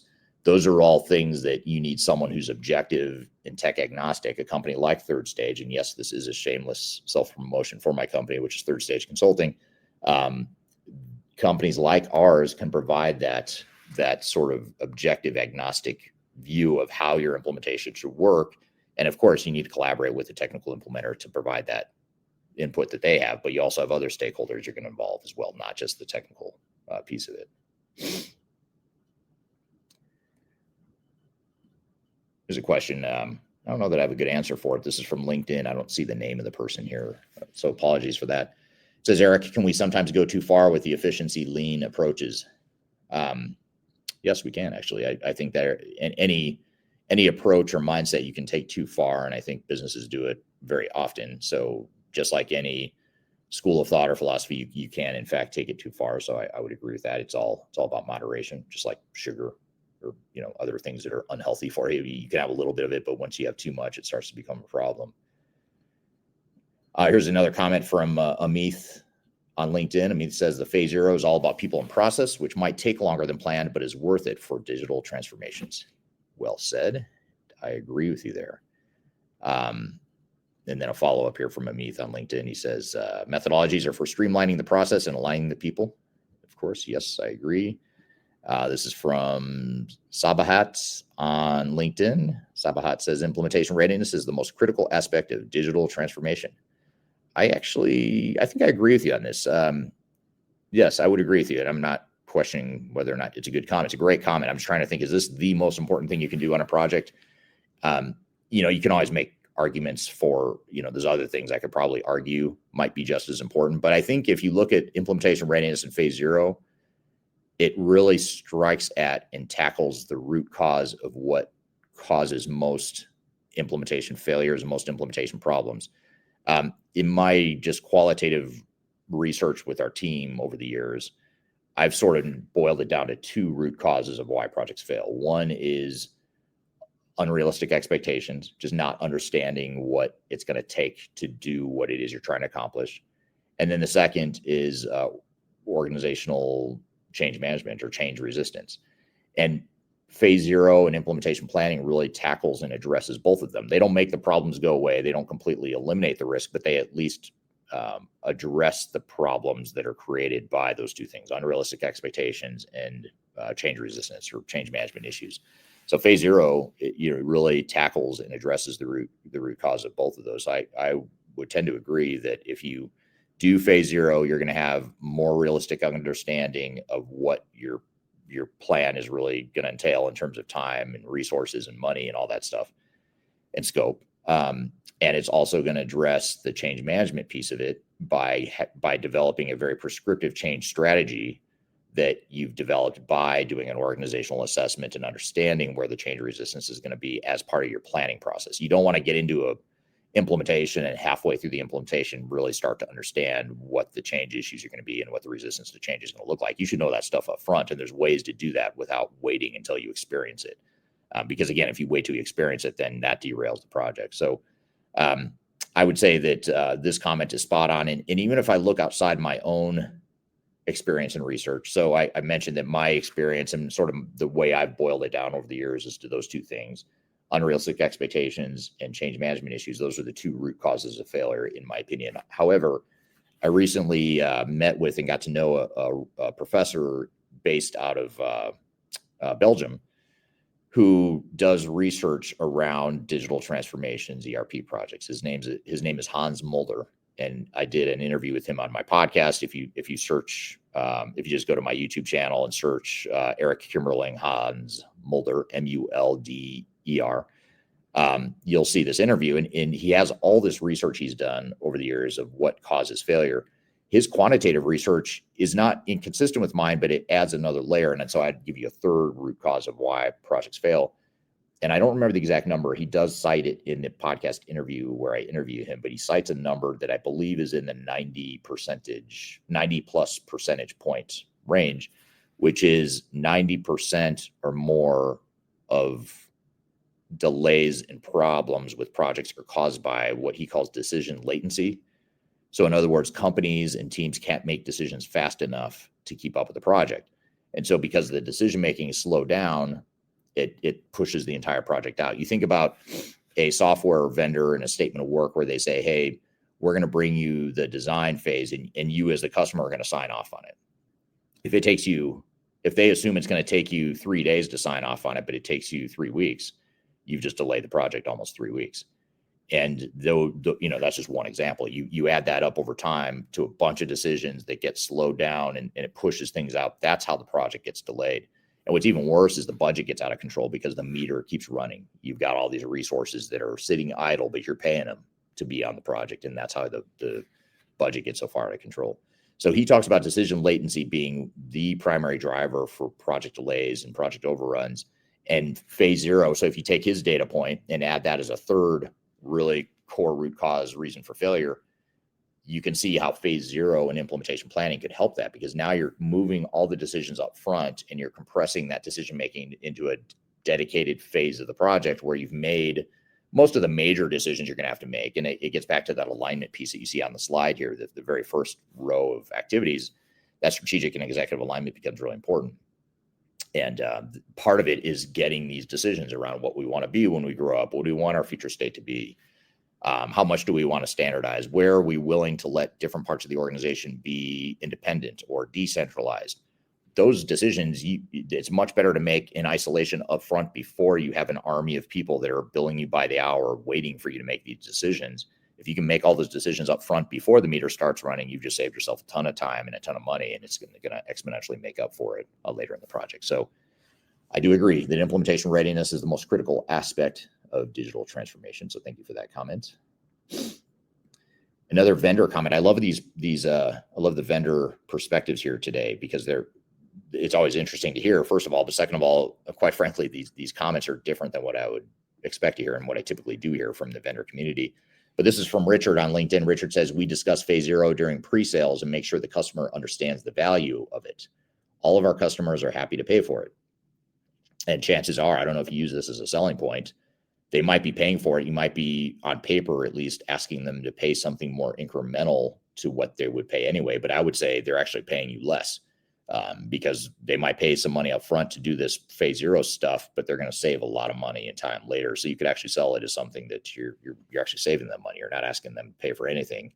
You're just asking them to be smart and spend the money smartly and spend it at the right time. That's if you want some unsolicited sales advice. I'm not a salesperson, so you take it for what it's worth. So great comments and questions here. I'm going to get back to the audience comments here in a minute, even because there's a lot I haven't gotten to, but I do want to show you another slide, one more slide here. And actually we have a ton of detail that runs behind this as well, but this is sort of a summary view of what our typical implementation readiness plan looks like. I'm going to leave this up on the screen as we continue the conversation here, so you can sort of look at it and digest it. If you want to copy this, just email me or message me after the discussion here today. I'm happy to share it with you. But this framework here sort of shows those major work streams that I just discussed on the previous couple slides that I showed you. But now we're breaking it up into the actual tactical execution of what happens or should happen during implementation readiness in phase zero. So you can see all these, the 5 work streams, what are the things that are happening here. And this is what I mentioned before is typically the 3 to 6 month duration that we see, where if you do it right and you spend the time getting this done right, you're going to spend about 3 to 6 months focused on this piece of it. And you can see all the different activities and sequences of events. Again, it's not quite as sequential and pretty as a PowerPoint slide might suggest. There's a lot more detail behind this, but these are the major activities and things that would happen during a project like this. I'll let you digest that while I continue getting into some more questions here. We're here diving into phase zero and implementation planning, what it means and how to implement it in your organization. We've got a lot more to cover. We're going to take a quick break and we'll be back with more Transformation Ground Control.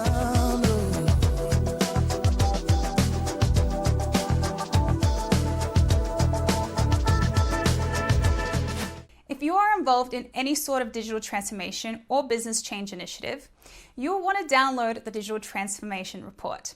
With its comprehensive overview of business and technology trends and best practices, this report is a must-have guide for any transformation project or executive team. Download this free report by visiting Third Stage Consulting at thirdstage-consulting.com.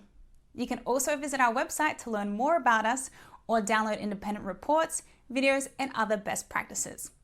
Again, visit thirdstage-consulting.com today to learn how you can take your transformation to the third stage of success. Are you looking for ways to promote your product or service to enterprise technology decision makers and influencers throughout the world, like the ones who listen to this podcast? Major Tom Productions creates media, events, and influencer marketing for B2B technology providers. Our productions are exciting, educational, disruptive, and effective. Most importantly, they create results. Our content is unlike any other in this industry, engaging, influential, and trusted by technology buyers and influencers throughout the world. Each month, our productions reach hundreds of thousands of targeted buyers and decision makers who trust and engage with our honest and tech-agnostic content. With long-tail viral results and engagement with our content, Major Tom Productions provides a way to reach your target market and create awareness, calls to action, and a connection with potential customers. So, collaborate with us today. Learn how we can feature your product or service on podcasts such as Transformation Ground Control, Journey to S4HANA, and Journey to Dynamics 365. We can also feature your brand on our YouTube channel called Digital Transformation with Eric Kimberling, which boasts over 100,000 subscribers and over 2 million video views per year. You can also participate in our in-person events, including our Digital Stratosphere Conference. Contact us today to learn more. We can tailor a marketing campaign that works for you. We look forward to helping more people learn more about and become engaged with your brand.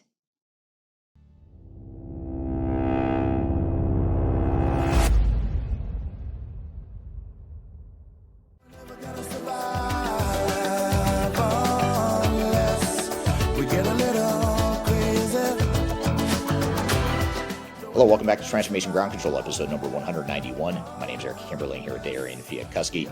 You can find new episodes of this show every Wednesday by going to transformationgroundcontrol.com.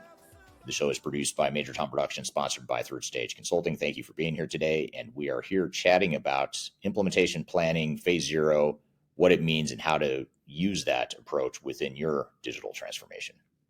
Another comment from, this is from Russ, and Russ is responding to another comment on LinkedIn here. Russ says, should always be a post-mortem activity. In my opinion, you want to focus on the planned efforts and results, then layer in any changes in their effect on effort and results, creating a delta, add that to your baseline, then measure your new baseline with actuals. I would also do interviews. So I think that's in response to the, so let me back up for a second. I apologize. First, the original question was from Sabahat on LinkedIn. Sabahat says, how can we measure the effectiveness of our implementation readiness strategy? And then Russ answers that question or gives his response, which is, in my opinion, you want to focus on the planned effort and results, then layer in any changes, their effect on effort and results, creating a delta, add that to your baseline, then measure a new baseline with actuals. I would also do interviews. I agree with that. I think that's a great way to look at it. And I would say, it's hard to measure implementation readiness effectiveness because I think the true measure comes after the implementation. And unfortunately, the true measure comes from comparing what you actually did versus what it would have looked like if you hadn't done the implementation readiness. So in many cases, it's somewhat of a conceptual, hypothetical comparison. But what I will say is if you have enough experience and you've been through this enough times, you've probably been through situations where you didn't do implementation planning in phase zero. You saw how that domino effect impacted the rest of the project, and you saw what that timeline looked like. And then if you go on to another project and you actually do implementation readiness and you see how that affected the overall implementation, you start to see like, wow, those were two very different outcomes. And those are two very different results that I got by doing two very different things early on to start the project. And unfortunately, that just comes with experience. Now, there are people like the professor I mentioned a moment ago. There's people like that are out there in academia and other parts of the world just studying this stuff quantitatively, and his data and his research supports the fact that phase zero is important. But if you truly want to measure the effectiveness for you individually as an organization, unfortunately, the only real way to do it would be to compare what things look like when you do implementation readiness and phase zero planning with what it looks like when you don't do it. And you can't run two parallel tests, unfortunately. So you sort of have to base it on experience. But again, what I can tell you is just having done it so many times, and I've done it both ways. I've seen a lot of companies skip over phase zero. I've seen a lot of companies that spend a lot of time on phase zero. And I can tell you without a doubt, the ones that spend time on phase zero have a much higher success rate than the ones that don't. And so, that experience set I think is real important to understand and see how that's affected there. Here's an interesting question that I don't think I've been asked before. This is from Dennis on YouTube. Dennis says, usually executives keep big projects semi-secret up until the end. In other words, when the software provider contract is signed. Stage 0 is probably already too late at this point. How do you deal with this issue? It's a great question. First of all, I challenge the assumption that executives should be keeping this secret until the very end. If they are doing that, that's a problem. That's a whole nother problem, whole nother topic for another conversation or another podcast topic. But because you do want to involve people, it doesn't necessarily need to be a complete democracy or a completely unanimous decision, but you do want to involve key stakeholders and key decision makers, at the very least a core project team that represents a cross swath of your business. If you're not doing that, you're going to run into all kinds of other problems related to change management, alignment issues, et cetera, that even a phase 0 is probably not going to completely fix. So that's you're sort of getting into a more fundamental problem that organizations oftentimes run into. But the dynamic of when the software provider contract is signed, and that being the too late, the point of no return. Yes and no. I mean, you might sign this, let's just say your executive team has a secret plan and they go off behind closed doors and they choose SAP or Microsoft or Oracle, whatever the product is. They pick a software vendor and they sign the contract, multi-million-dollar contract, and then they announce it and say, guess what, guys, we're implementing whatever the technology is. Even if you do that, you still have time, and you should say, hey, okay, great. I guess that's the direction we're going, but hold on. We don't need to buy, 10,000 subscriptions right now to the software. We don't need to start paying on the cloud subscriptions right now because we're not going to be using it anytime soon because we still have to go through the implementation. So you don't want to overcommit the spend on subscriptions. You also don't want to overcommit on bringing in the technical consultants right away if you haven't taken the time to do all the stuff we're talking about here today and all the stuff you see on the screen in front of you. So, the way to overcome it, honestly, is to first and foremost, educate your executive team. I mean, I hope there's some C-level people that are going through implementations that are listening right now to this conversation because they need to hear this more than anyone. Because they're the ones that have to set the tone and the overall direction and the vision for the project. And they're the ones that have to define what it is that the project's going to look like. And unfortunately, software vendors are very good at communicating with executive levels, and they're very good at telling executives what they want to hear, which is sort of that easy button phenomena where it's like, hey, this phase 0 stuff that Third Stage and Eric Kimberling are talking about, don't even worry about it. Don't need to worry about it. Our software has best practices. We have best-in-class methodologies to deploy our technology. We can do this in 12 months. Let's just get started tomorrow. Let's go ahead and sign the contract. That's, I'm generalizing and oversimplifying the sales process of sales vendors, but that is very common. That's sort of the way that these sales cycles go with executives. So the key is, how do you counter that messaging that they get from software vendors? That stuff that sounds too good to be true, that state of utopia that every executive wants and expects for their organization. How do you counter that with a dose of reality, which may not be what the executives want to hear? They like the other answer better because it sounds better. And I understand that. So, but the key is, how do you educate them and provide it in bite-sized chunks for an executive who's not willing to listen to a 1-hour discussion like this one on implementation readiness? Now, I would argue, any executive that's going through a big, massive, multi-million-dollar transformation should take the time to educate themselves. They should take the time to listen in on sessions like this, because you're about to make a huge decision, not just financially, but also something that affects other resources within your organization, and it materially affects the risk profile of your organization as well. So I would argue that every executive involved in a transformation should be part of this conversation. So one thing I would do is I would share this conversation. I would actually take this link and share it with an executive team that's going through a transformation. Or if you want, go to my YouTube channel and search. I have a lot of 10-minute-ish sorts of videos that are a lot more crisp. They're more focused, that will get the message across in maybe a more digestible way to executives. In fact, I just posted a video recently, this week, in fact, as we're recording this week, a video on my YouTube channel. I think it's the most recent video that came out on my YouTube channel. Actually, it's about what executive sponsors should do, what's their role, and what should they expect in a digital transformation, and how should they be involved in a digital transformation. It's about a 10 or 12-minute video. Share that one with your executive team, and it summarizes some of what we're talking about here today at a very, strategic high level, but it at least get some of these main points across. So that's another way you could tackle it as well. Charlene on YouTube is asking for a copy of the implementation readiness plan. I'm happy to share it. Just ping me on LinkedIn if you don't mind, or message me on, well, I guess you are on YouTube. You just messaged me on YouTube by me seeing this comment, but I won't see it again unless it's in my inbox. So if you could find me on LinkedIn and shoot me a note on there, I'll be happy to send you that link there. And I'll get to a couple questions here, and then we'll sort of wrap it up. I really appreciate all the great comments here. There's some really good questions and comments here. Another comment from Dennis on YouTube. If you do know why and how you're doing a process, you haven't optimized anything enterprise wide. Stage 0 is a project in itself in this case.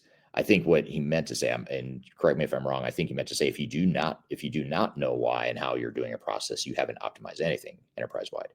And that's something we always do during phase 0 too, is why are we doing things that way? Is it really because we really are and should be different, or is it because we're different just because that's just the way we've always done it and there's no real good reason other than that? And you have to sort of distinguish between the two, because sometimes, individual employees will tell you when you're redefining or redesigning a business process, they'll tell you like, well, we can't really do it that way. And you'll say, well, why? Why can't we do it that way? Well, because it just doesn't work. Customers want this or that, or this is the way we track stuff now, and we need to continue doing that in the future. And if you keep asking why, you're going to find some cases where, yeah, okay, it makes sense. We should keep doing things that way, or we should be different in that way. But a lot of times you find that, yeah, we're different. We're doing things differently, and no one can really tell you why. They just, I don't know. That's just the way I got trained 20 years ago. And that's the way I've been told to do it for 20 years. And that's why we do things the way we do it. Doesn't necessarily mean it's a good thing. It just means you've got some organizational, not baggage necessarily, but you've got some organizational past that's just baked into your way of operating. That doesn't necessarily mean it's good or bad or right or wrong. And so you have to use this as an opportunity to rethink how you do business and make sure that you understand, the reasons for why you're doing what you are, and that you're challenging things too. Is there a better way we could be doing that? Is there a way we could use technology more effectively? All that good stuff. So I want to thank you guys for a great conversation. Really appreciate your time here today, and appreciate all your great comments and questions. I could keep going for another hour or two. Maybe someday we'll do a deeper dive masterclass session on this topic. But really hope you enjoyed the conversation. We've got a lot more detail behind this too. So there's actually, for each of the major work streams that we talked about, I've got a lot more detail behind it that sort of unpacks each of the work streams and all the deliverables and outputs and steps in the process. So if you'd like to see any of that, just message me on LinkedIn, or I'll drop in the chat my, actually, I'll just put it up on the screen while we're talking here. I will put my email address here so you can have it here. Bear with me. I'm really bad at multitasking, so doing something like this is super challenging for me, talking and typing at the same time. But I've got my email address here on the screen. It's Eric, ERIC, at thirdstage, THIRDSTAGE -consulting.com. Just shoot me an email, and I'm happy to share this deck with you that goes through this stuff in more detail. Again, it's Eric at thirdstage-consulting.com. And if you'd like to learn more about Third Stage, go to that same website too, thirdstage-consulting.com. And also, one other thing is, if you are interested in joining our Digital Stratosphere Conference, I'm going to put up a QR code on the screen right now. We are hosting first week of October in Denver, Colorado. You can join us in person, or you can join us virtually over the internet if you're from other parts of the world, or if you can't make it to Denver, Colorado. We are hosting a 3-day conference on digital transformation, digital strategy. We're going to talk about implementation readiness. In fact, we have a whole session that's dedicated to this topic. I'll be one of about 15 or 20 different speakers that'll be at this conference, talking about all the people, process, technology, strategy aspects of digital transformation. It's great entertainment, peer networking, all that good stuff. You can get 20% off if you use the promo code right here, STRAT20, STRAT20. You can get 20% off your registration. And again, you can register to be there in person. There's 2 different packages available. You can join just sort of your base package, or there's a VIP package where there's more smaller breakout sessions with me. There's a lunch with me and a couple of our other senior leaders at Third Stage, and some of the other, some high profile people that are going to be speaking at the event will be part of this VIP group as well. So we'll have 2 tracks the entire session. There's a VIP track, especially on the last day. There's a whole half day that's spent with me and a handful of other people that are very high profile people in the industry. So be sure to join us. I'd love to see you there. If you scan the QR code top left side of the screen, you can see the agenda and some of the speakers as it's shaping up right now. It's October 2nd through the 4th, Denver, Colorado, or you can join remotely.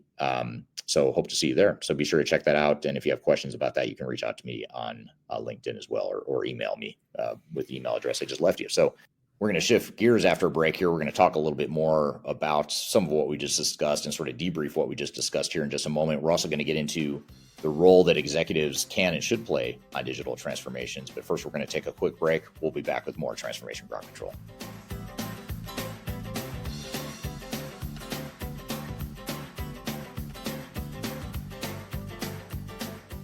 Interested in working for a company that truly values your unique skills and experience? Here at Third Stage, we don't hire based on resumes alone.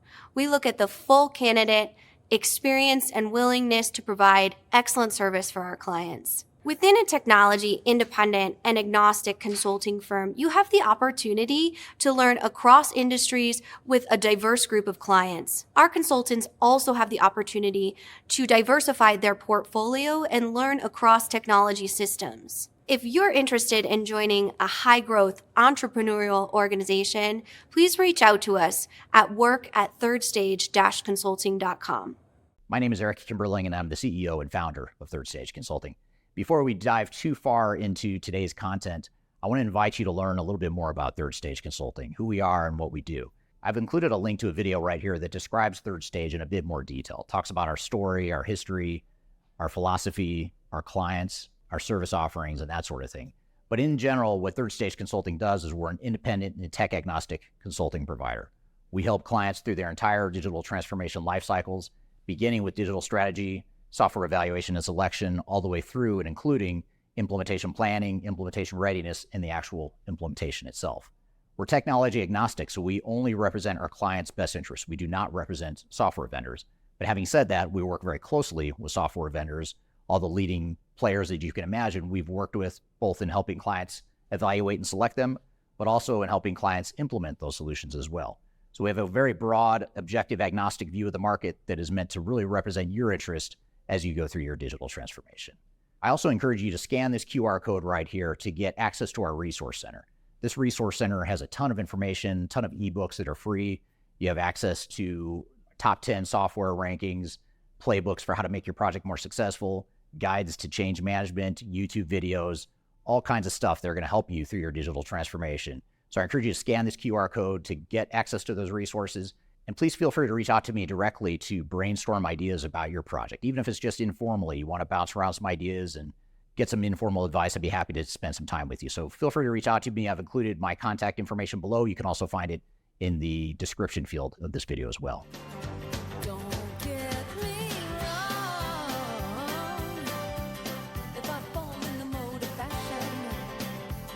Hello, welcome back to Transformation Ground Control, episode number 191. My name is Eric Kimberling here with Darian Chwialkowski. You can find new episodes of this show every Wednesday by going to transformationgroundcontrol.com.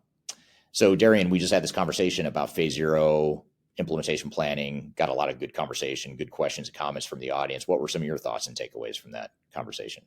First of all, some really great questions from the audience. I think some questions that we have never gotten before on this podcast. I know that's something that you mentioned too, that maybe questions you've never been asked before. So that was always great to see and great to know that our audience is picking up on things that, we've never talked about before. But to follow up with some of those questions, one thing about phase zero that I don't think we talked about was the team that goes into planning for phase zero. So could you give us a little, breakdown of everybody that should be on the phase zero planning team? Yeah, that's a great question. In fact, one of the audience members asked that question. I think I answered it in a different direction. Unless I asked it, I think. Oh, was that you that asked it? I couldn't remember who it was. Well, whoever asked it, I didn't completely answer the question, so I'm glad you're bringing it up again because I think I answered a different dimension of the question. But I'd say first of all, it's not like you need to have a separate, dedicated phase zero team. What I would say is if you have your core project team, whoever your core project team should be the ones that are sort of driving your implementation planning phase zero. Now, when we work with clients and helping them through the phase zero implementation planning, we've got a methodology and framework we bring to the table to help them through the process. But typically, we're working with the same project team that was involved in the software evaluation and selection, and the same project team that will continue to be involved through the implementation. Now, of course, you're going to bring in different subject matter experts and potentially, some outside consultants from the software vendor at select times of the phase zero planning. But the continuity should be that project core team. And I think the difference here, though, is that the project core team is focused primarily on implementation planning in phase zero during that phase of the project. And then once you get through that phase and you start to get into the execution and the actual implementation itself, then they shift gears and start to focus more on that. So it's not a matter of having a different team necessarily. I'd say you have largely the same core team there, but it's just their focus is different during phase zero. And that's where, if you leave a phase zero team, if you leave them to their own devices and ask them to go with their instincts and just do what they think is best, they're probably going to say, well, we don't know what to do in implementation planning in phase zero. Let's just go ahead and reach out to the software vendor and have them tell us what to do next. And they're going to tell us, by the way, to start designing and building software. So, that's where we come in, and that's where we add value, is to say, here are the things you can and should be doing, project team, as part of this phase zero. So I'd say it's the same project team, different focus during that phase. That makes sense. I also know we got some other really good questions, like what do you do if your project team or the phase zero team or planning is not going in the direction you need it to be going? How do you kind of switch gears there? And I really like that conversation there, because I think a lot of companies don't know what to do once they get lost, I guess you could say, in that phase zero planning. How do you find your way back? So do you have anything else that you want to add to that conversation? Yeah, that's actually a really good point. And actually, I meant to make this comment during the conversation with the audience there. And that comment is that phase zero and implementation planning is really important. You don't want to skip it. You want to spend a minimum amount of time and effort on it. But you can also take it too far, just like we talked about earlier in this episode with Agile. You take an Agile methodology, or just pick any methodology or philosophy, insert name here. It's possible you can take it too far. And same is true for implementation planning phase zero. If you get to the point where you're getting into analysis paralysis and you're spending way too much time, for example, over analyzing your current state business processes, I don't know that there's a trigger or like an alert that goes off, that someone's going to recognize. But, we just qualitatively as consultants know that, okay, we're spinning our wheels here. We are not getting any sort of real value by continuing this conversation. So let's move on. And the same can be said for all of phase zero in general. You have to have sort of a clear exit out of phase zero and moving into the implementation, because otherwise you could spend, we've actually had some clients where you get 6 months into it and you say, okay, we've got a solid plan here. We don't have the answer to every single question out there, but we've got a really strong foundation. We have a strong direction. We have strong governance in place. We have our change strategy. We know what our future state processes are going to look like. There's going to be things that might come up in the future that we still don't have answers to. There's some uncertainty still, of course. We're not going to be 100% comfortable, but it's time to move on. So I don't know that I can give you a strong quantitative indicator of any sort, but just having been through it before, you sort of know that once you complete these deliverables and you get they're not perfect, but you get a pretty solid start on them, it's time to move on and get into execution. Because otherwise, if you spend too much time in phase zero, they'll start to lose motivation. Your executive team will start to question, why are we still planning? We're 6, 9, 12 months in, we still haven't started the implementation. We're just still doing the planning. You want to avoid those conversations too. So you do want to spend enough time, but not too much time. And unfortunately, it's more of a qualitative instinct of having done it so many times where you've got to recognize that. Is a good segue into our next segment here, which is the role of digital transformation leaders and executive sponsors. And with that, them knowing when to switch over from phase 0 to the next part could be a part of, what their role is in the digital transformation. Yeah, and that came up during the conversation too, as far as what executives, how to educate executives on the importance of phase 0 and how to counter some of the messaging that sales software vendors will have with executives. And so that's part of what we talked about there. So this is a good segue into, the education to the education of and to executives on a project team. So we're going to play this video clip, and this is the video I was talking about earlier in the conversation around what executives can and should be doing to better support and lead their digital transformations, just to make sure they understand the expectations that we should have of them to be successful in a project, and also to learn from the mistakes of other executive teams that have not been effective, and what are some of the common mistakes that they make. So this is really, if you're going to share a segment with your executive team, if you're not on an executive team already and you're reporting up to one, you might want to share this segment with them, which is coming up here. We're going to play this clip from our YouTube channel. One of the first roles that's really important to understand as an executive is your role as an executive steering committee team member. And one of the first things that executive steering committee team members are tasked with is ensuring that there's justification for the project and ultimately approving the project for the organization. Now, obviously, the steering committee's role doesn't begin and end with the justification. It also entails keeping an eye on the project as the project evolves. So generally speaking, project teams will typically meet with the steering committee to provide an update on where the project is, share the major risks and issues that the team is facing, as well as give a status update on budgetary tracking, as well as the overall timelines and just how the overall project is evolving.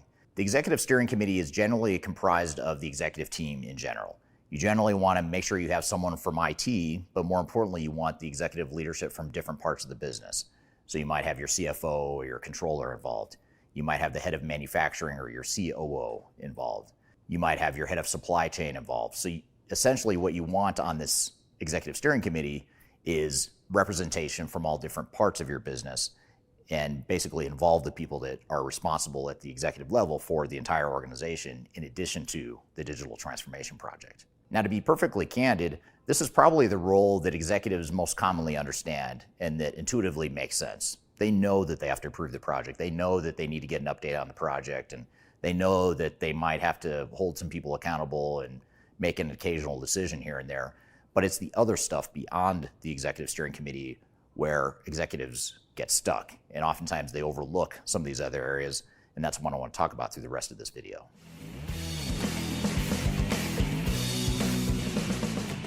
Now, the executive steering committee is one aspect of how executives need to be involved, and again, that's the one that's most commonly understood. There's also the executive sponsor role, and generally speaking, the executive sponsor is also part of the executive steering committee. So you might have your COO, your CFO, or your CIO, or some combination thereof as the executive sponsor. Now, one of the challenges here is oftentimes organizations don't know who to make the executive sponsor, and oftentimes they don't end up designating one. They instead just defer to the executive steering committee, which is okay, you need the steering committee, but you do need to designate a single executive sponsor, ideally just one. Sometimes organizations will do two, but I would try to do one if you can. And I would also try to make sure it's not your CIO. And I mean no disrespect to CIOs out there that are watching this right now, but ultimately the executive sponsor should be someone from your business. It doesn't need to be your CEO, but it should be someone at the C-level or at the highest level ranks within your organization that represents the business. Where we've seen the most success with many of our clients is when whoever's the highest person within operations, so your chief operating officer, your head of supply chain, when someone like that is the executive sponsor, you're just going to have a different outcome than if you had a CIO or even a CFO involved. And the reason for that is because the COO generally understands broadly how the operations need to work within the organization. CFO might be too focused on finance and accounting and cost cutting and things of that nature. CIO might be too focused on the technology, and they may not have the same business credibility internally as the COO does. So that's why COO oftentimes makes sense. Now, of course, if you're implementing a specific solution or specific technology like an HR technology, then you'd want your chief HR officer to be the executive sponsor. If your implementation is just a finance and accounting system, then sure, make your CFO the executive sponsor. But to the extent that your digital transformation cuts across multiple functions and different disciplines within your business, you still need to designate that one executive sponsor that's sort of the main decision maker and that main point of contact at the executive level beyond the steering committee that can be that conduit between steering committee and the overall project team. So now that we know what the executive sponsor does and what the executive steering committee needs to do at a high level, let's talk about what their roles are. And the role of executives within a project start with project oversight. And that's one of the biggest functions that these team members need to focus on. And project oversight means making sure that you're tracking to the budget, making sure that we're tracking to the implementation timeline, making sure that we're managing risks and that we're identifying and mitigating those risks, making sure that what we're delivering as a project team is actually supporting and enabling our broader strategic goals and objectives. So there's a lot of oversight that comes with this, and not to say that we want our executive team to be micromanaging the project team, but the executive team should be more involved than what they typically intuitively are going to think they need to be involved.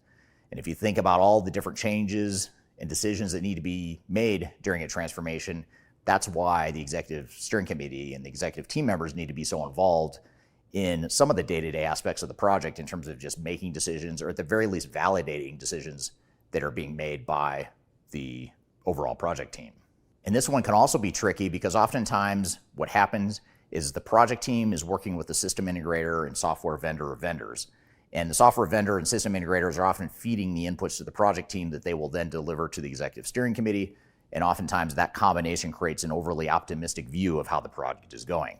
So executives need to really trust but verify and dig in deeper and understand what exactly is happening in the project and do their own due diligence to identify potential risks that maybe the project team isn't identifying. Oftentimes the project team and the outside consultants get so close to the project that they miss the forest for the trees and they don't see the bigger picture of the potential risks that are happening within the project or the ways that the project might be getting a bit misaligned with the overall direction of the company. So that's a big part of how executive team members need to stay involved and provide that sort of oversight, not just to make sure we're on time on budget, but also to make sure we manage risk and keep the overall team aligned.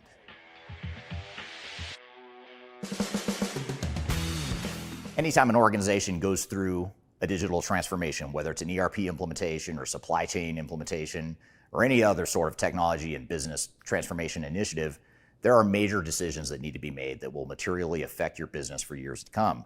So in other words, this is not just a technology deployment, this is a business change. Your processes are going to change, people's roles are going to change, jobs are going to change, the way you're organized is going to change. And let me rephrase that. They may not change, but they should change. I should clarify that point right there. And if they're not going to change, then chances are pretty high that you're investing a lot of money in technology that isn't going to improve your business.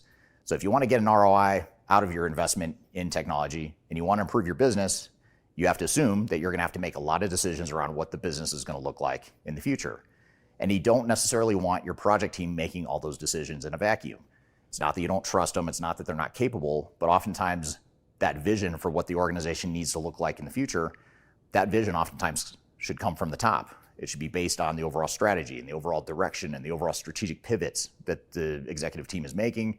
And that's why executives need to stay so well connected to the project, because they have to provide that guidance and direction and clarity for the project team. So organizational and operational decision making is something that's very important. We always recommend that our clients have the project team maybe make some recommendations or provide some alternatives, but ultimately allow the executive team to make those decisions as part of their oversight role.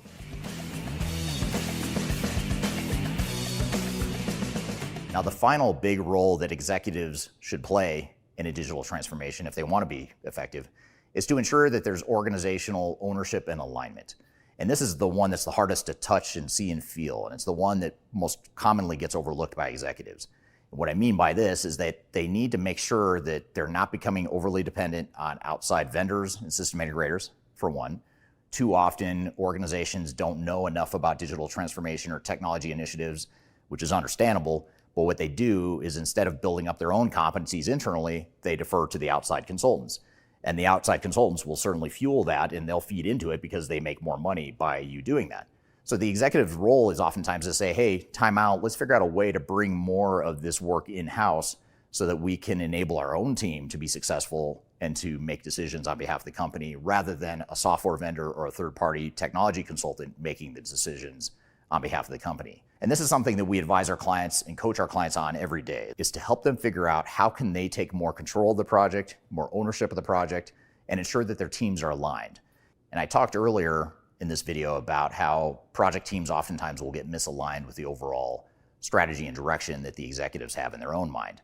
And that's something else that the executive team needs to do, is make sure that the project team stays aligned with where we're headed as an organization. And then finally, we also have to make sure that executives are keeping the entire organization aligned, not just the project team, not just at the executive level, but also at the front line level. All the different stakeholders, employees that are going to be affected by the changes that come from this transformation, they need to be aligned as well. And the leadership needs to start at the top. And the leadership within the organization needs to set the tone and the vision to the entire organization so that the entire organization is in sync and aligned. And to the extent that there is misalignment or there's resource shortages or there's something missing from the project, it's up to the executive team to make sure that the project team has what they need in terms of budget, resources, time, or whatever it is. And that's why executives need to be so actively involved in these projects for them to be successful. So I hope you found this information useful. I hope it gives you some direction on what executives' roles should be during a project. If you're not an executive, I encourage you to share this video with your executive team to help them understand better what to expect during a project like this. And if you'd like to learn more about digital transformation best practices and what to expect during a transformation, I encourage you to read our annual digital transformation report. We publish it each year. Contains a number of best practices and lessons from having helped so many organizations through their digital transformations over the years. It also contains a number of independent reviews, rankings, and technology comparisons for different providers in the marketplace. So I encourage you to download that. You can find that by scanning the QR code in front of you, or you can go to the links below. So that's for my YouTube channel, where we talk about the importance of and scope of executive leadership and steering committees and what they should be doing to make projects more successful. We've got some follow-up we want to dive into and some follow-up questions we want to dig into. But first, we're going to take a quick break. We'll be back with more Transformation Ground Control.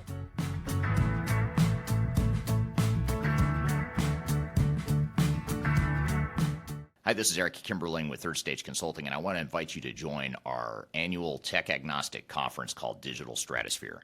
Digital Stratosphere is a conference that features some of the industry's brightest minds, greatest thinkers, and it's a great opportunity to network with peers, other industry people, other CIOs, other project team members that are going through digital transformations or ERP implementations.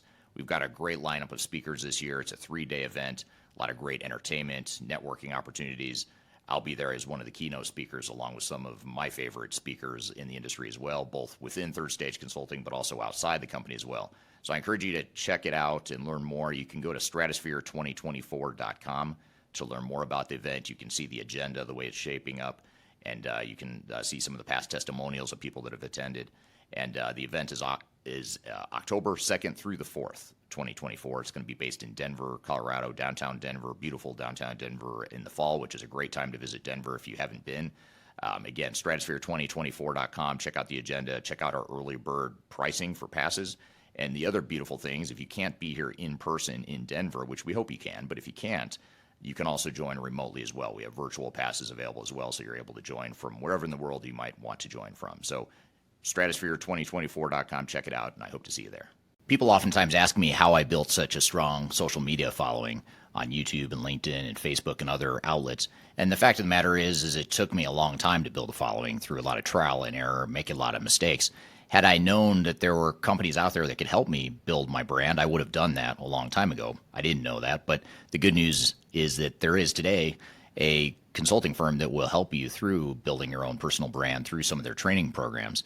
The company is called Roloff Consulting, and if you're familiar with Emma Roloff, she's someone that I've had on this podcast before, and she's well known in the digital transformation space as well as the sales space, and she's big on TikTok, YouTube, and LinkedIn. And she and her husband have started a training course and a training company that focuses on helping people build their personal brands and helping them to sell themselves digitally. So whether you're a salesperson that's trying to reach more customers or you're an individual that's just trying to build your personal brand, that's something that they help with through their training programs. And they've offered listeners of this podcast a free 5-day LinkedIn challenge. And I encourage you to check it out. I've included a link below for this podcast. If you go to the podcast notes, you'll find a link that gets you free access to this 5-day challenge where you'll get step-by-step guidance, You'll get real results, so you'll get some tangible results from the program, and you also get a special offer at the end of it. So it's exclusive to listeners of this podcast. Be sure to check out the link below if you want to work on building your personal brand, or if you're in sales and you're trying to reach more people. Whatever the case may be, check it out. It's free to listeners of this podcast. You can check it out via the link below. I'm gonna leave it all out there and I'm gonna leave it all out there.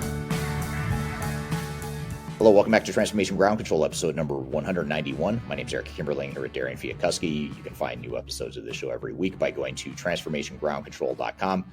And you can also find past episodes of this show at that website as well, transformationgroundcontrol.com. And the podcast is sponsored by Third Stage Consulting, which is an independent consulting firm that helps clients throughout the world to reach the third stage of digital transformation success. And so, Darian, we just played this video clip that talks about what executives should be doing to make themselves or make their project teams more successful. What were some of your thoughts and sort of knee-jerk reactions from seeing that clip? Yeah, I think my favorite key point, I guess, from the video, you could say is, the role of an executive steering committee. And I think that term really emphasizes what we were just talking about before this segment as well, making sure that that committee really knows what the organization's goals are and when they're hitting those key milestones and when is the time to move on from those milestones and go to the next phase. I think that's something that for the steering committee is super important for the project, and it can be really good for executives. It shows leadership and the commitment to the success of the project when they are making sure that each goal and milestone is being reached with that oversight that they're having with their leadership. But with that, I guess I have some follow-up questions for you too. What are some qualities that you look for in an executive sponsor, especially from operations, to ensure that they're the right fit for the digital transformation? Yeah, that's a great question. I think, first of all, if you're an executive team, or if you're on the executive team, you have sort of self-selected into the role, whether you like it or not. You sort of are part of that steering committee. I mean, usually it's the executive team that is the executive committee. There's always some exceptions to that. You might, have, certainly you have an executive sponsor who would be the person that's sort of, the single throat to choke. That's the buck stops here sort of thing, but they're usually part of the steering committee or the executive committee, which in turn makes them part of the steering committee. So I'd say, your executive team is generally your steering committee, and, you need to treat this project just like you treat any other major investment. Like if you're going to go acquire a company, or if you're going to potentially open a new manufacturing plant, or if you're going to make a decision to lay off hundreds of employees. I mean, those are all decisions that you as an executive team would spend a lot of time and focus on. And you should do the same with, your digital transformation. And you should avoid that temptation to delegate it and abdicate responsibility down to your IT department or down to your project team. You have to take a really active role, probably a more active role than you realize or are prepared to do. And that's part of why we wanted to share this video with you here today. Yeah, for sure. And with this too, for executives, how do they ensure that a digital transformation project remains aligned with the company's long-term goals, especially when short-term pressures might push quicker wins? Ooh, good question. It starts with, in the phase zero planning that we talked about earlier in this episode, we talked about how important it is to make sure that the overall digital strategy and the implementation plan aligns with what our overall company strategy is. And so it starts by defining that and clearly articulating that early on before you really get into the implementation. But then even as you go through the implementation, that's why it's so important for executives to stay involved in the project, because inevitably what happens is like you have this state of utopia up here that the executives are all focused on. They're focused on that future state, where we're going as an organization. And then they delegate the project down to this level, which is, call it the more mid-level management level, the core project team that's making the day-to-day decisions. Those guys and gals at the project level are fighting inertia. They're fighting gravity. They're fighting the way things have always been. There's all this pressure to bring them back to the way things are today. Executives over here look in this direction. Project teams getting not dragged down in a bad way. I don't mean that's a bad thing. It's just the reality of organizations, but it's sort of pulling them back to the way things have always been. And that's why executives need to stay involved. Like they have to stay involved so that they can fight that gravity, fight that inertia, and redirect and help the team pivot and help them make the difficult decisions they're going to have to make. Because you think about like if you and I are in the office and we get surrounded by 10 of our colleagues that are all telling us we should do something or do something different, we're outnumbered. You and I might just give in and say, okay, these 10 people are right in front of us, all pissed off. I guess I'll just do what they want. Executives might be telling me something different, but I'm not going to see them for a few more weeks. But these 10 people are standing right here telling me what they want. So I'm just going to go with what they want. And by the way, I work with these people every day, so I'd rather make them happy than maybe the executives I only see so often. So that sort of dynamic you have to overcome. And the way to overcome that is to stay involved. And a lot of times executives think, well, we don't want to micromanage, or, well, we trust our team to do the right thing. Yeah, you can and should, but that doesn't mean you don't need to support them and give them the help they need to navigate some of that political reality of the organization. Yeah, that makes sense. And one last question here. What are some common risks that you've seen in executive-led transformations, and how do you proactively manage or mitigate them? Yeah, just for transformations in general, some of the most common risks are what we've described here today, getting out of sync with what the overall strategy of the digital transformation is versus the company strategy. Unrealistic expectations. I'd say change resistance is probably the biggest one, that we've talked a little bit about, but that's a big challenge because people tend to underestimate how difficult the changes are going to be. So those are, I don't know that there's any one risk, but those are a handful of the risks that we most commonly see that executives need to be prepared for, and they need to be prepared to help overcome. Yeah, that makes sense. I think this was probably super helpful for not only executives, but just teams in general that are going through digital transformations currently. Yeah, absolutely. Agreed.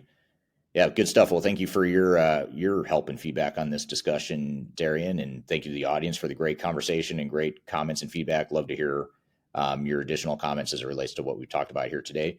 Again, new episodes every week, same time, same place. You can go to transformationgroundcontrol.com to keep up with new episodes and also see past episodes you might have missed. Again, that's transformationgroundcontrol.com. We will see you next week, same time, same place. Hope you have a great week, and we'll see you soon. Take care.